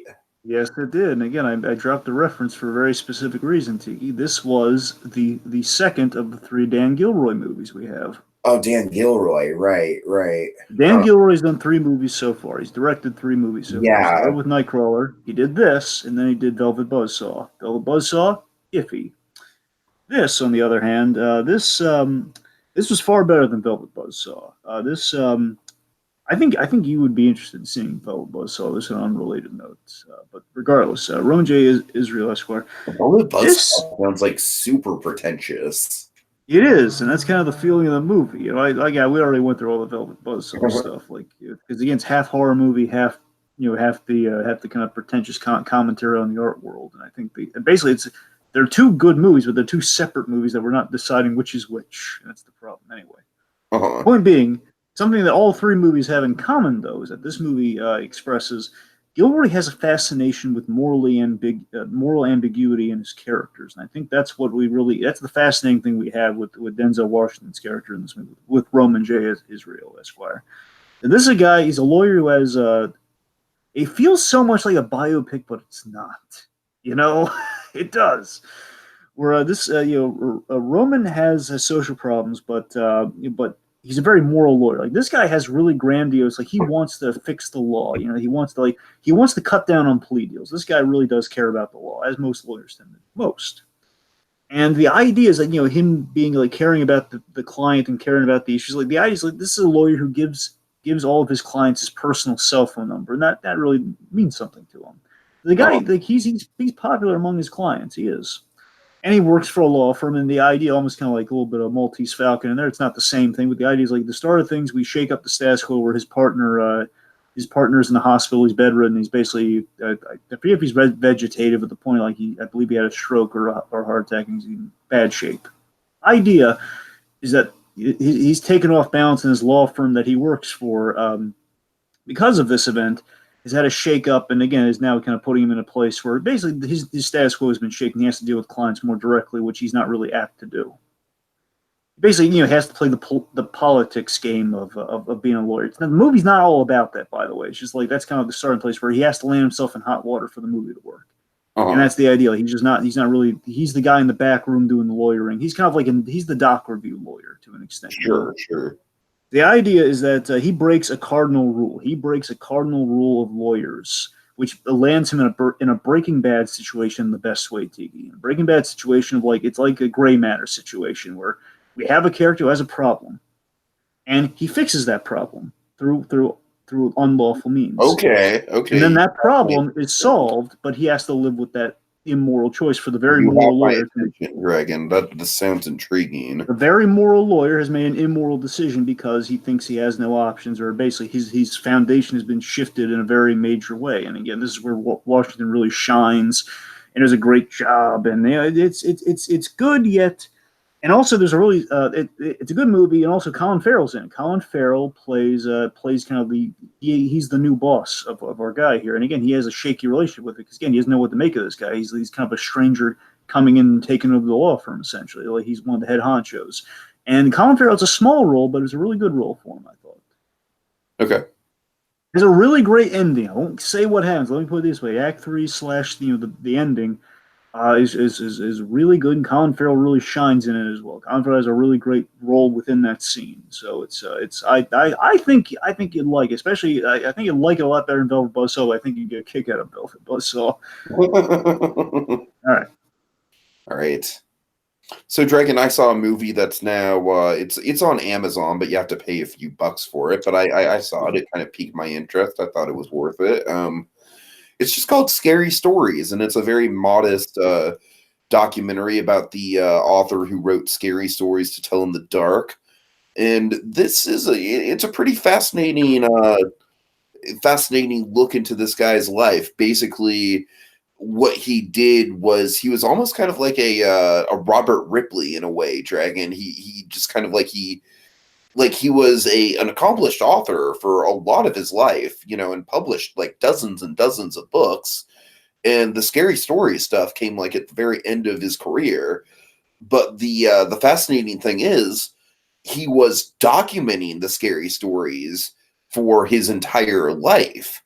And that's what this documentary gets into. This documentary gets into how the scary stories in the books come from folklore and come from the author's personal experiences and travels abroad, and getting into different cultures and different ideologies. And I gotta tell you, Dragon, it's a fascinating watch for someone who grew up on the books. It's not a very, like, the documentary doesn't move at a breakneck pace by any means. It's a very leisurely paced documentary, and I think that might turn some people off of it. It's a very meditative documentary. For example, the opening scene starts with a musician, kind of like a horror, like this guy, like his band is kind of like rooted in kind of like the Marilyn Manson, like Rob Zombie horror aesthetic, basically. And he's basically breaking down this old folk song that deals with ghosts and spirits and the devil. And he's kind of like breaking down the chord structure, breaking down the meaning of the lines, sort of like how it goes, how it kind of like goes into folklore and into history. And Dragon, that's really what the movie is. It's not flashy by any means, but it's very interesting. It's almost like it's almost like a really good video essay. You know what I mean? It's like, it's less of a traditional like cinematic documentary and more of just like, a very factually based kind of like exploration into into the world of folk tales. And I thought it was really good. I really did. I thought I learned a lot about the books that I just never really considered before. It really gives me a newfound appreciation for the books, for sure. Okay. So yeah, if you ever see it on Netflix or on Hulu or anything like that, I definitely recommend giving it a watch. All right. All right. You want to rapid fire through the last of yours, Dragon? Yeah. Okay. So next one I have is Game Changers. Now you can find this on Amazon. This is, remember, Game Changers. I'm sorry. Survivor Game Changers? No, not Survivor. Different Game Changers. Not that one. With Troyzan and Brad Culpepper? Uh-huh. I'm sorry, go ahead. The point is, okay, so this is on Amazon. I'd recommend it in that, I don't know if you recall last month, I told you about like this Who is Arthur Chu documentary. Mm-hmm. And that was about like this Jeopardy champ who, and again, unfortunately, my disappointment with that was that it wasn't like the the Perfect Bid documentary, which I really love. Now is about the contestant, The Price is Right. That's on Amazon and Netflix now. And I think Hulu as well. That's everywhere. You got to check that one out. It's begging you to watch it. That one anyway. So that to me was kind of the high bar of like a game show documentary. I always had a really interesting story, and then of course Arthur Chu was hoping for something similar with Jeopardy. For like a scandal, there being a story, and really it was not about that at all. I was really disappointed by that one. Anyway, so this one actually is about game shows. This Game Changers essentially is like the documentary. There's a documentary, and I think you can find it on Amazon as well. I forget if I talked about it last month or not, because I think I've seen it before. I don't think I counted it. I rewatched it last month. Anyway, there's a documentary called The Captains, where William Shatner interviews all the other Star Trek captains. And, it's really, and basically he walks to them. It's like kind of an outdoor kind of luxury. He had changing sets and everything. He just kind of walks around and interviews them in like kind of their day-to-day settings. And we do that here with game shows. It's literally The Captains, but with game shows with Alec Trebek going around and interviewing people. And basically he's tracking the history of the game shows. The rise, fall, and evolution of, just rise and evolution of game shows. Yeah. And basically, kind of remember, game shows kind of have a 75-year history, at least at the point. Yeah, I think this came out like last year, so that's the point being like this, like roughly 75 Game shows year are history. they're a pop culture touchstone that's always fascinated me, Dragon. My parents can't get The enough. interesting thing about game shows is the fact that they're like, I mean, it's kind of ridiculous how disposable each individual episode of a game show is. Yeah. But by the same token, there's a lot of work and effort that goes into game shows, specifically, like big lavish productions like The Price is Right, and and even keeping just a machine like Jeopardy or Wheel of Fortune on air for decades at a time. You know what I mean? It's like I don't know. The world of game shows has always kind of fascinated me. It is quite fascinating. I think this might be up your alley too. I think this it sounds like it's up my alley. Yeah. Trust me, Tiki. This, if you want like a perfect watch, you have this, and then after this, you should watch the perfect bid. That's what you should watch, man. That'd be perfect. That sounds like a good double feature, man. I might have to devote one of my days off to that. I don't think either of them are really long either. So I think anyway. Point being, so Alex Trebek, this really shows off Trebek's likability. He's always had charm. Obviously, one of the reasons Jeopardy's endured for so long. Trebek brings charm for days, yes. And he does. He's just utterly charming because there's this one bit in the movie. It's just really, really. I thought it was so darn charming where Trebek, Drew Carey's performing stand. I don't know how much of this is orchestrated, so they kind of follow him into the club with the camera or what have you. The point is, Drew Carey's performing. And basically he's performing for an audience of one, and the idea is Trebek rented out the entire space just to interview him. Well, for him to do his act and then interview him, which I thought was so sweet. Like, oh my god, that's so adorable. Trebek. Anyway, so like they have it's kind of about the kind of how the game shows got their big breaks, and just kind of about like how the shows operate, and like how intensive and how involved. You know what I consider to be the best game show of all time, Dragon? What? Legends of the Hidden Temple. I myself am a Double Dare man, personally. No. It's all about Hidden Temple. I understand. Believe me, Double Dare's good. Like Double Dare's a good game. Legend of the Hidden Temple is an excellent show. That's a good one. Like the Legend of the Hidden Temple is exactly what I'm talking about when it comes to like the set design and ambition of that show was like, like the dichotomy of like the cheapness of a game show and how good that show actually looked is kind of staggering. Right. Anyway, so like it covers Wheel of Fortune, Jeopardy, Price is Right, the whole quiz show scandal, all that sort of stuff. Does it cover Supermarket Sweep at all? I'm sorry for the life of me. I usually they cover a few things they don't really go into a lot of detail with. So I believe here's the thing, I really think they did cover. I don't know how intensive though. Pretty sure like it's there for at least to spell it though. Anyway, I mean, realistically, my serious answer for favorite game show is probably Supermarket Sweep. Right. I know one thing is Supermarket Sweep is like a more high stakes version of The Price is Right. Game shows still are very prevalent today. Like my parents, they can't get enough of the game shows. Like they watch it like crazy. Oh, dude, my grandparents. Let me tell you, man, my grandparents, they have not missed an episode of Wheel of Fortune. I think it's trippy, right? The show has been on air. I mean, it's like very, very, very rarely will they miss an episode of Wheel of Fortune, Dragon. It's like for me, I used to watch Deal or No Deal with them back in the day. But I've kind of it's not that I like have distaste for the shows or anything. She kind of is the same thing a lot of the time. It's kind of it's kind of the way they run. But it's Deal or No Deal. I remember when Deal or No Deal was like an event and not just a show. It was like a 3-night event. Yeah, and I feel like that was the way to go with Deal or No Deal because it's a very fun thing to watch. But when you're shoving it on like every day, it's like, okay, I get it. They're just picking numbers and statistics and math. Yeah, all right. And like basically for me, like I'm familiar with like the different like I've watched like with my grandmother. I've watched like the daytime game shows and at work and stuff. I've seen like they play the daytime game shows. Like it's either Price is Right or Let's Make a Deal with Wayne Brady. It's always the one of those two. Is Wayne Brady gonna have to choke a bitch? Anyway, I'm sorry.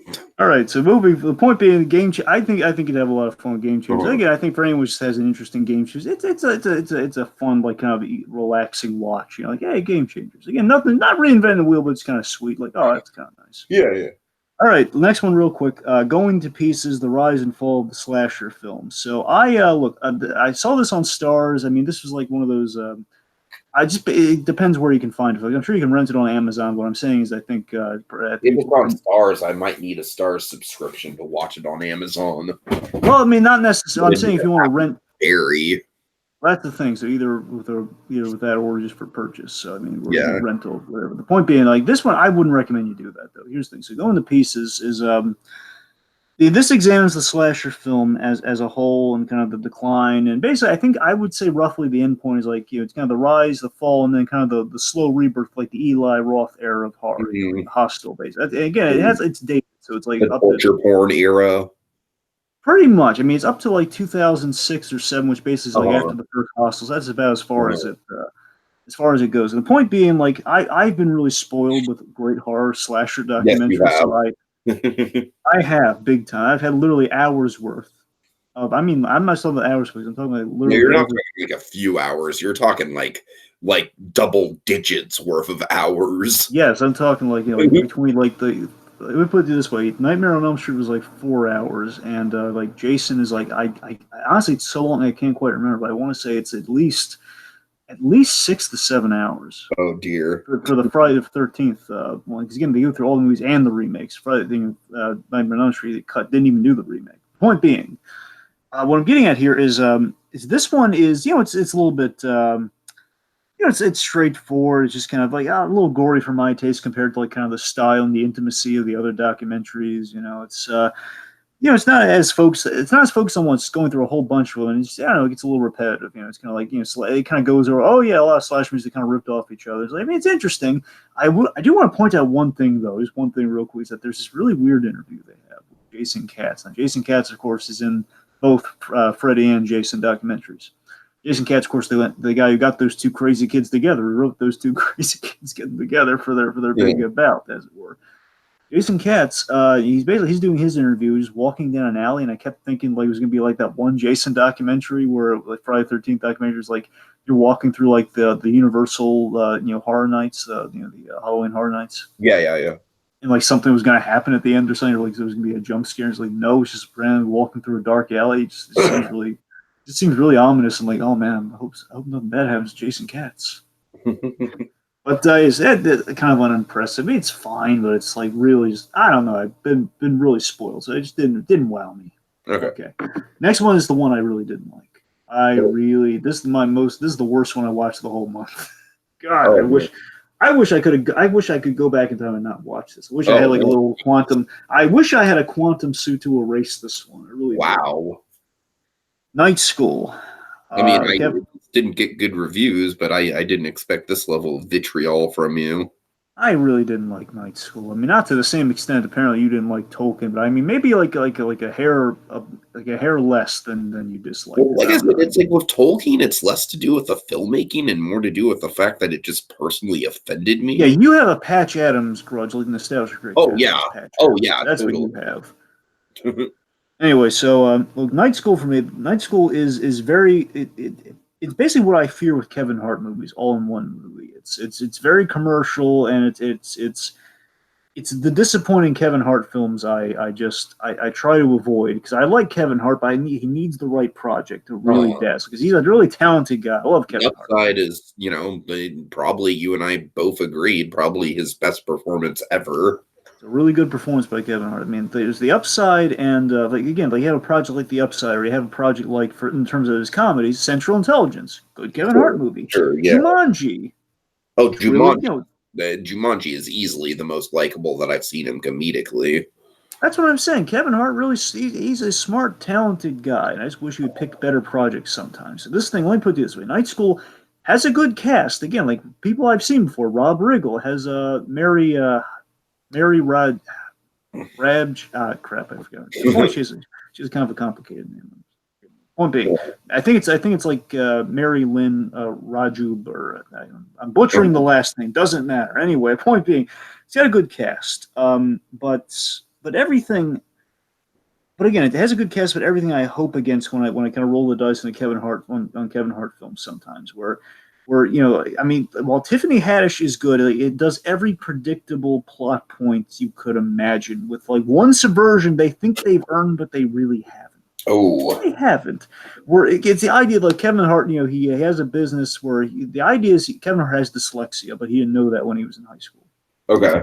Therefore, he never graduated high school because he's doing like one of the big standardized. He's doing the SATs, and I think they really meant to do like a finale or like a final or something. But bear in mind, finals a little bit more in the college vein than they are in high school. I can't remember. But, the point being, he's supposed to do like one of the last tests in high school, and he has his dyslexia takes over, and he walks out of there. He never finished, so he never finished high school.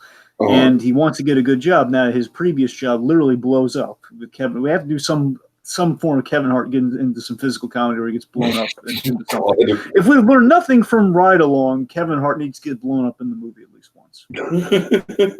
We have to have Kevin Hart flail like, wow, well, at least one point in the movie. But the modern day R2D2. Well, I mean, look at Jumanji. The most memorable part of that movie is Kevin Hart blowing up. That's what I'm saying, we have to have Kevin Hart blowing up or being wounded in some hilarious manner. It's built into his contract.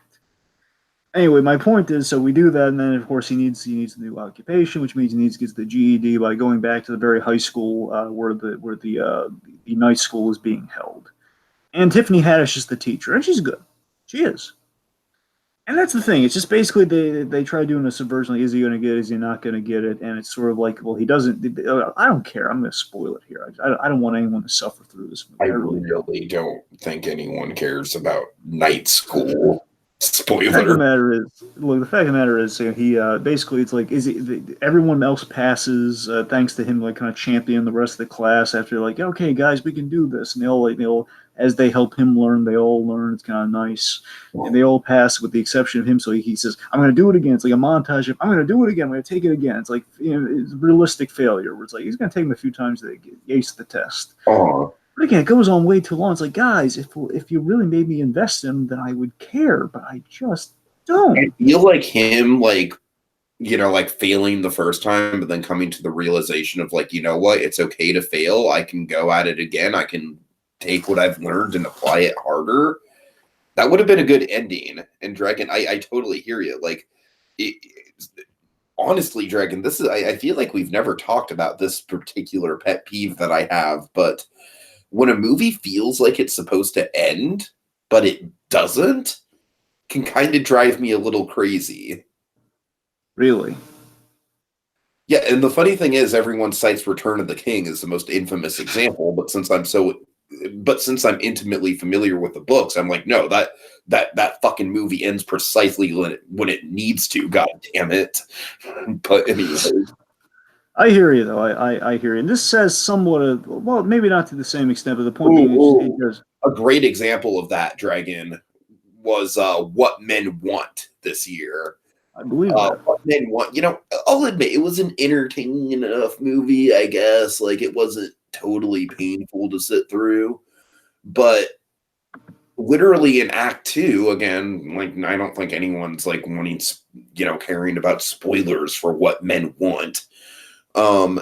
Basically she spends a whole act of the movie without her powers, and the movie is just very slowly wrapping up, like, all right, we got to wrap up her relationship with this character and that character. And it's like, in the whole gimmick of the movie, her being able to read men's minds is just gone. You know what I mean? It's like, that drove me crazy. I was just sitting there like, son of a bitch, the movie should have ended 20 minutes ago. So suffice it to say, my thoughts on it really are that I think we're missing, no pun intended, well, okay, a little pun intended, we're missing the heart in the movie. I think that's I kind of equate, I think that's the problem with the Kevin Hart movies that kind of go belly up, where sometimes we're just missing the heart, and I think the X factor of the ones that are successful versus this one is that the X factor in a working Kevin Hart movie or a working Kevin Hart performance is sincerity. Where this movie, the biggest problem with the movie is that there are too many simple solutions where, again, he's lying to the girlfriend about going to night school, which is stupid. Like, why can't he just tell her? It's it's painfully obvious that she's going to love him if he just tells her the truth, that I didn't get my GED, I'm going back to night school. There's that. There's a really, I shouldn't say offense, there's a really stupid, gross out joke at the start where he can't pay the bill for the fancy. He wants his girlfriend makes all the money. She's perfectly fine paying. It's the dumb reveal of like, well, again, she wants to pay. Why fight her on it? She knows you can't afford it. Just let her pay. Where he basically tries to get out of the bill by doing something gross to the food and basically arguing that this food has been our meal should be comped. It should be free, and it's stupid. Uh-huh. The point being, we have all these simple solutions to these very obvious problems. Just be honest, and the movie's over in half a second. That's kind of a problem. And we're missing the X factor of sincerity. Where again, Central Intelligence. There's a wonderful amount of sincerity from the very start. Where, okay, he did something really nice for Dwayne Johnson. He idolized him because of that. I get it. I'm in. Upside, tremendous amount of sincerity. Love it. This, not an ounce of sincerity. Just like, we're gonna steal the test so we can ace the GED test. Yeah. Just not at all. Just terrible. Just abysmal. All right, Big Lebowski. I'm going to keep this brief. So I've seen the iconic bits of Big Lebowski. Finally, thanks to Endgame, got the push I needed. Okay, I'm going to watch it from start to finish. And just to keep it simple, I like it. I get the hype. I'm not gaga over it, but I do like it. I like it. I'm vodka with you, Dragon. I get the hype. I feel like the movie is a little too self-indulgent for my tastes.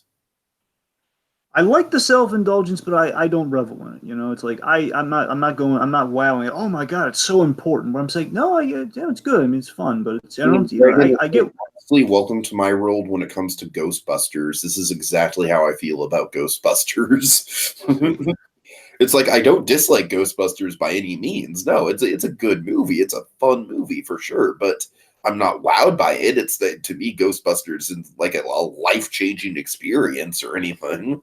Now, I think had I seen this when it came out, I probably would have been wowed. I got to make that clear, though. Again, I think it's kind of the times era thing now. Where again, like, had I seen Big Lebowski when the hype was when the hype was released in the early days when it was like still all over the place, I think I probably would have been swept up in it. But what I do love certain elements of the movie. My favorite element, though, and one thing I really do love in the movie, though, John Goodman. So John Goodman is modeled after John Milius, by the way, which again is more reasonable. And they cover this in the Milius documentary too. Basically, John Goodman plays John Milius in every way. And I take you, trust me, like he's acting just like John Milius does in this movie. He's a little extreme in terms of like what exactly he does in the movie, but again, the way he does things is how John Milius would do things. And my favorite bit is how he treats Steve Buscemi's character Donnie, where he will say to him, where basically he keeps like yelling at Donnie, he's yelling at like Donnie, stop asking stupid questions. Essentially, Steve Buscemi plays an innocent character, is like kind of a wonderful half-wit, just kind of asking things, asking very valid questions. As John keeps yelling at him, like stop it. He plays as Walter, and he says Walter's always yelling at Donnie, and we have this beautiful moment, my favorite bit in the whole movie.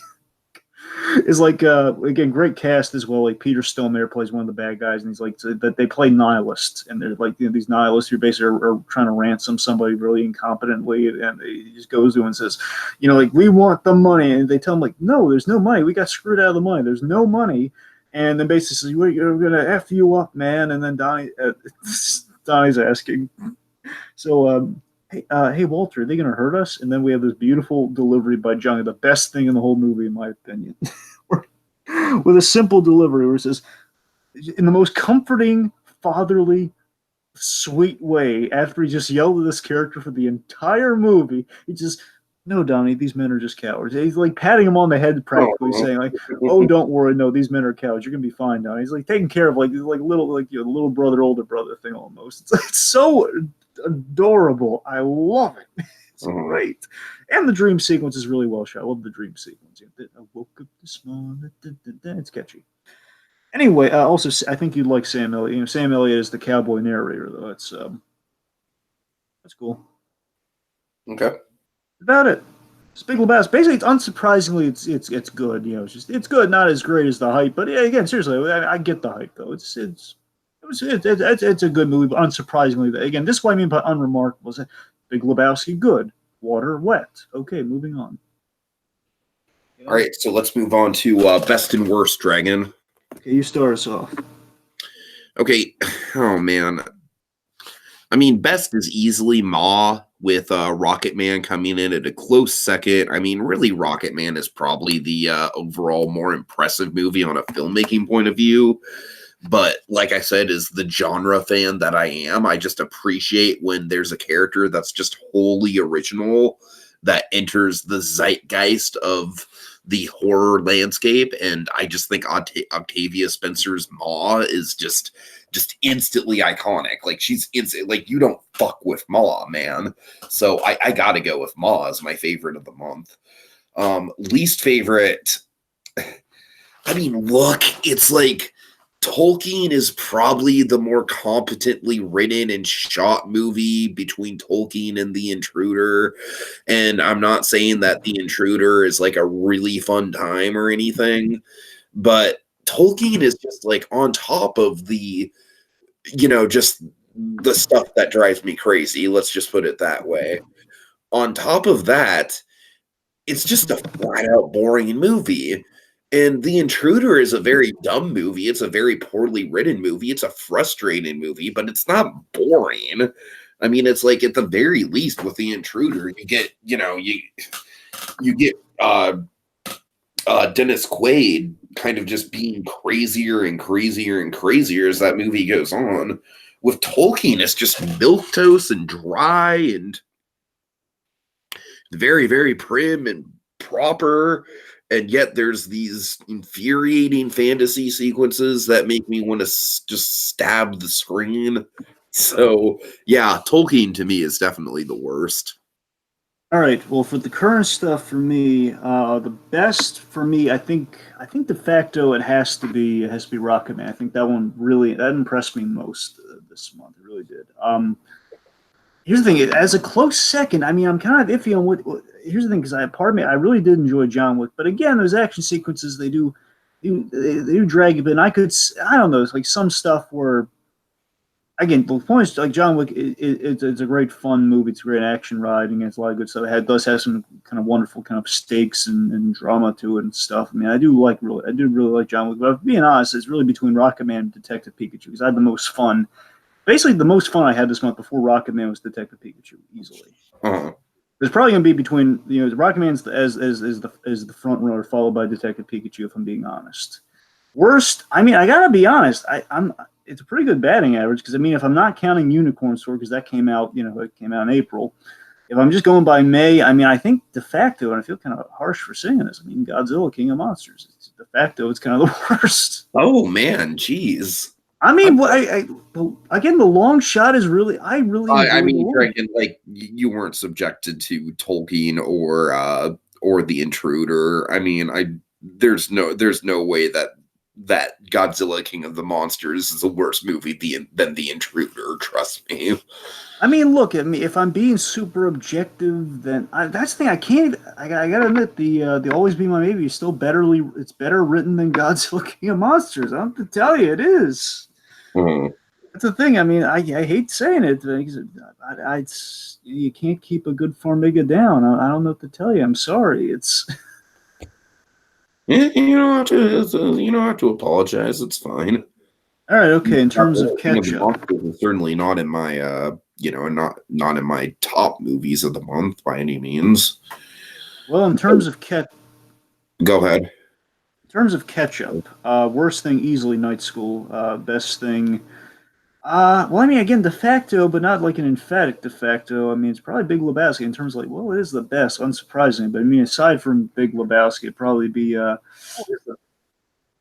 don't know. It's probably going to be, I guess it'd be Roman J. Israel Esquire. I mean, I like Game Changers, but it's just, it's more pleasant. Roman J. Esquire.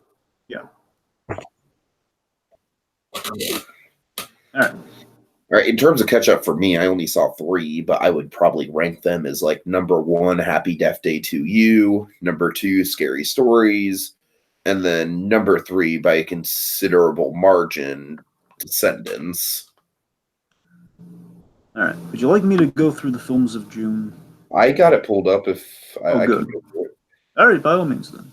So we have Dark Phoenix, which I do intend on seeing, but probably because right now they're giving me a runaround. Basically, they're trying to get people. I wonder if this is intentional too. By the way, like the ticket sales right now, I was looking to see if like how booked up it was.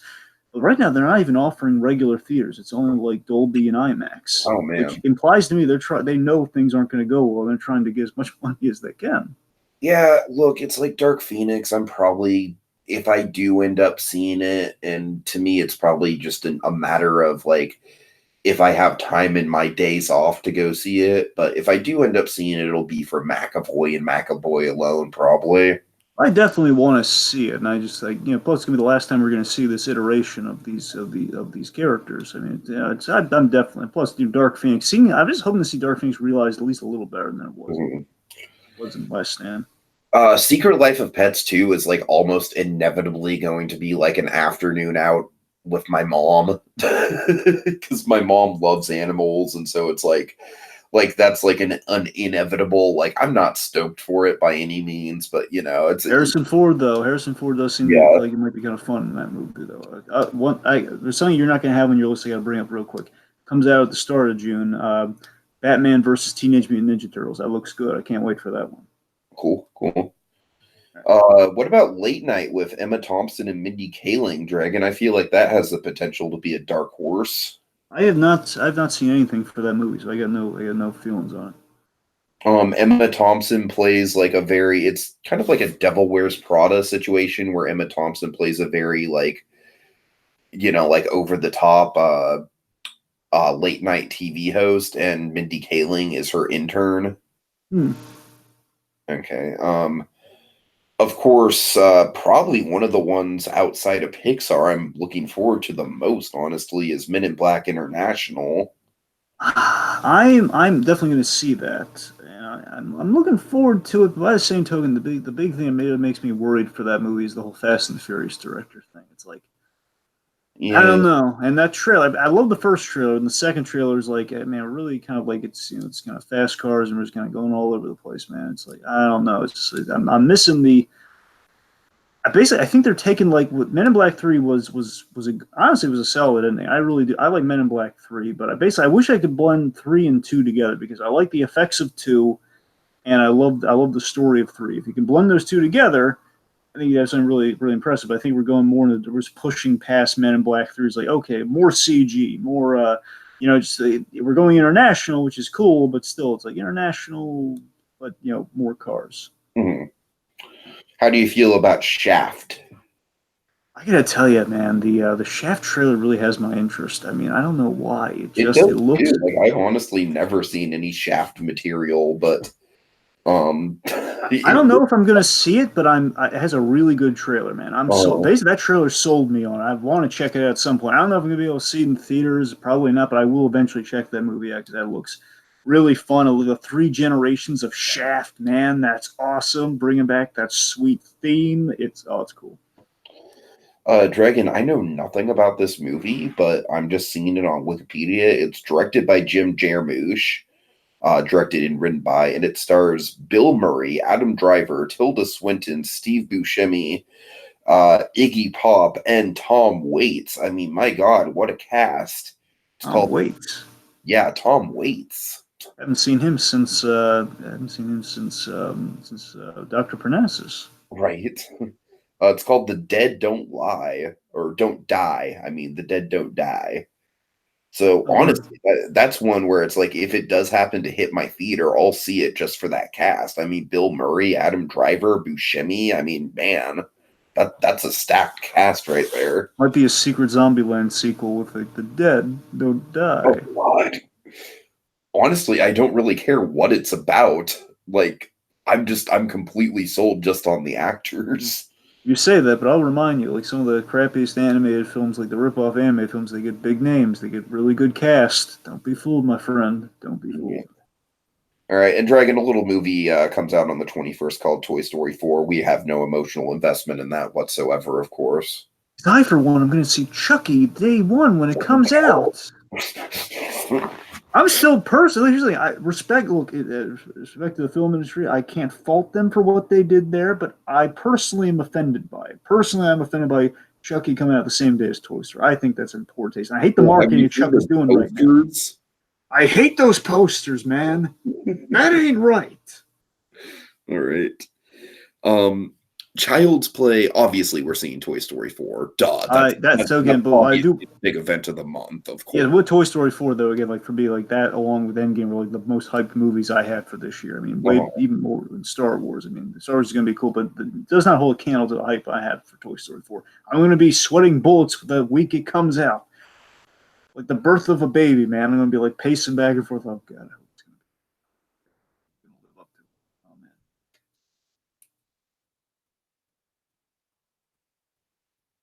Oh, man. Anyway.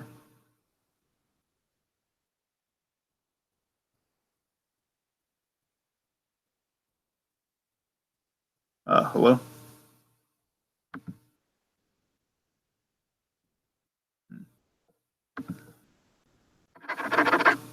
Hello? Right. Anyway, let me keep the momentum going here. So the point being, you have so again, Toy Story 4. That's an easy sell. Then you have the Chucky movie coming out. I mean, good for Mark Hamill being in the movie, but again, I'm just even by Child Play standards. I mean, like the whole reinventing it as kind of like as the new technological Chucky. I don't know. It just something about it seems wrong, but I don't know. I'm just having like two minds about it.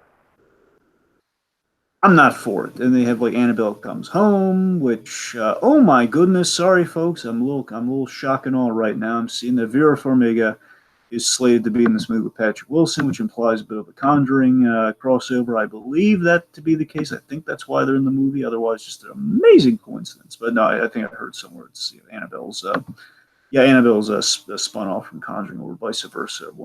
Something of the sort.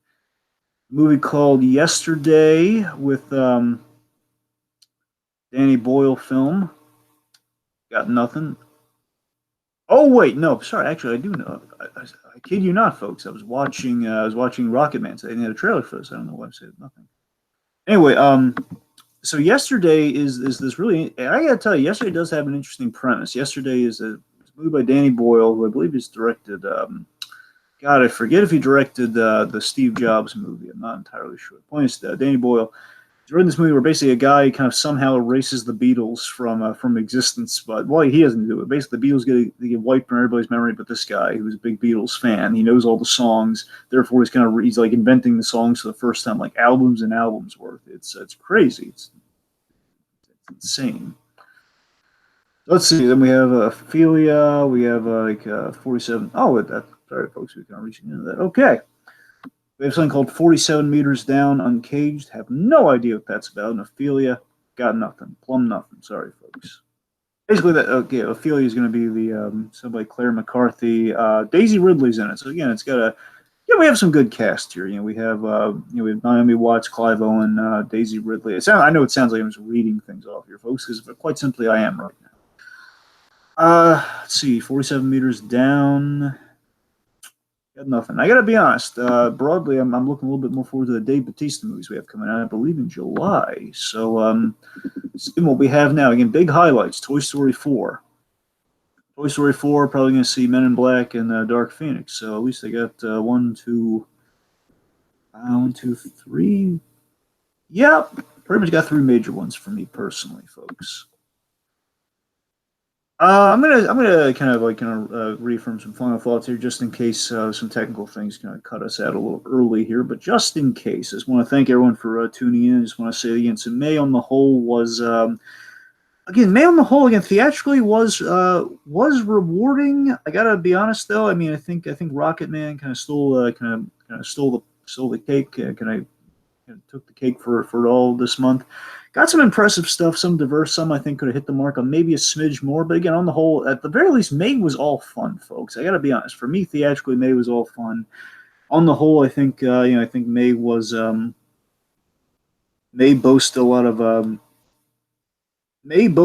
fun stuff, and at the very least, I think it was kind of a marketing slam dunk in terms of the stuff that we were able to see. Again, not just to echo my thoughts yet again, but it's the catch up was really iffy. Catch up was iffy. Tiki, how are you feeling about about the just final thoughts here. How you feeling about? Sorry, how are you feeling about the month of May overall in closing? Son of a bitch, man. We're having like technical difficulties at the very beginning and the very end. But um, any other movies? Oh, Dragon, just really quickly. Annabelle Comes Home. I'm looking forward to just because of the Formiga factor. That's the next Vera Formiga outing on the big screen. We have to wrap this up soon, Dragon. So I know. That's why I'm getting to the end here. So that's the thing. So again, aside from I believe that it's going to be like a crossover between the Annabelle movies and the Conjuring movies, correct? Correct. Right. Okay. And then basically, I mentioned yesterday, but we don't have to go over that again. Point being, so final thoughts on yours. I'm looking forward to yesterday just because I'm looking forward to yesterday just because of Danny Boyle. Danny Boyle's one of my favorite filmmakers. Now, did he do Social Network or did he do Steve Jobs? Social Network. Danny Boyle did 127 hours. Oh, well, did he also do Steve Jobs, or am I thinking of someone else? Yes, Danny Boyle did do Steve Jobs, yes. Knew it. Okay, that's what I said earlier. I just want to make sure I wasn't crazy. Okay, but suffice to say, May was a really solid month, man. There was nothing that Tolkien totally pissed me off for sure, but other than that, even The Intruder was kind of some cheesy fun, It was a good time, and even some of the stuff that I wasn't looking forward to, like Aladdin, ended up surprising me. So yeah, month of fun. That's May for you. All right, Dragon, because I can't really talk. Do you mind doing the outro? Yes, but I'm gonna need like a kind of a hot minute here. All right. Well, thank you guys so much for joining us on our, probably nearly 4-hour long podcast at this point. I apologize for the technical issues. I apologize for the fact that I basically have to keep things at a whisper right now because my whole house is asleep. It's so late, but yeah, really appreciate it. Thank you to Donovan for joining us in the chat. As always, really nice having you around, buddy. All right. Well, folks, we've waxed on long enough. It's time to put the pen down until next time when we return for another fitting chapter in our movie memoirs. Memoirs. Don't make me drink alone. Don't make me drink alone. Don't make me drink alone.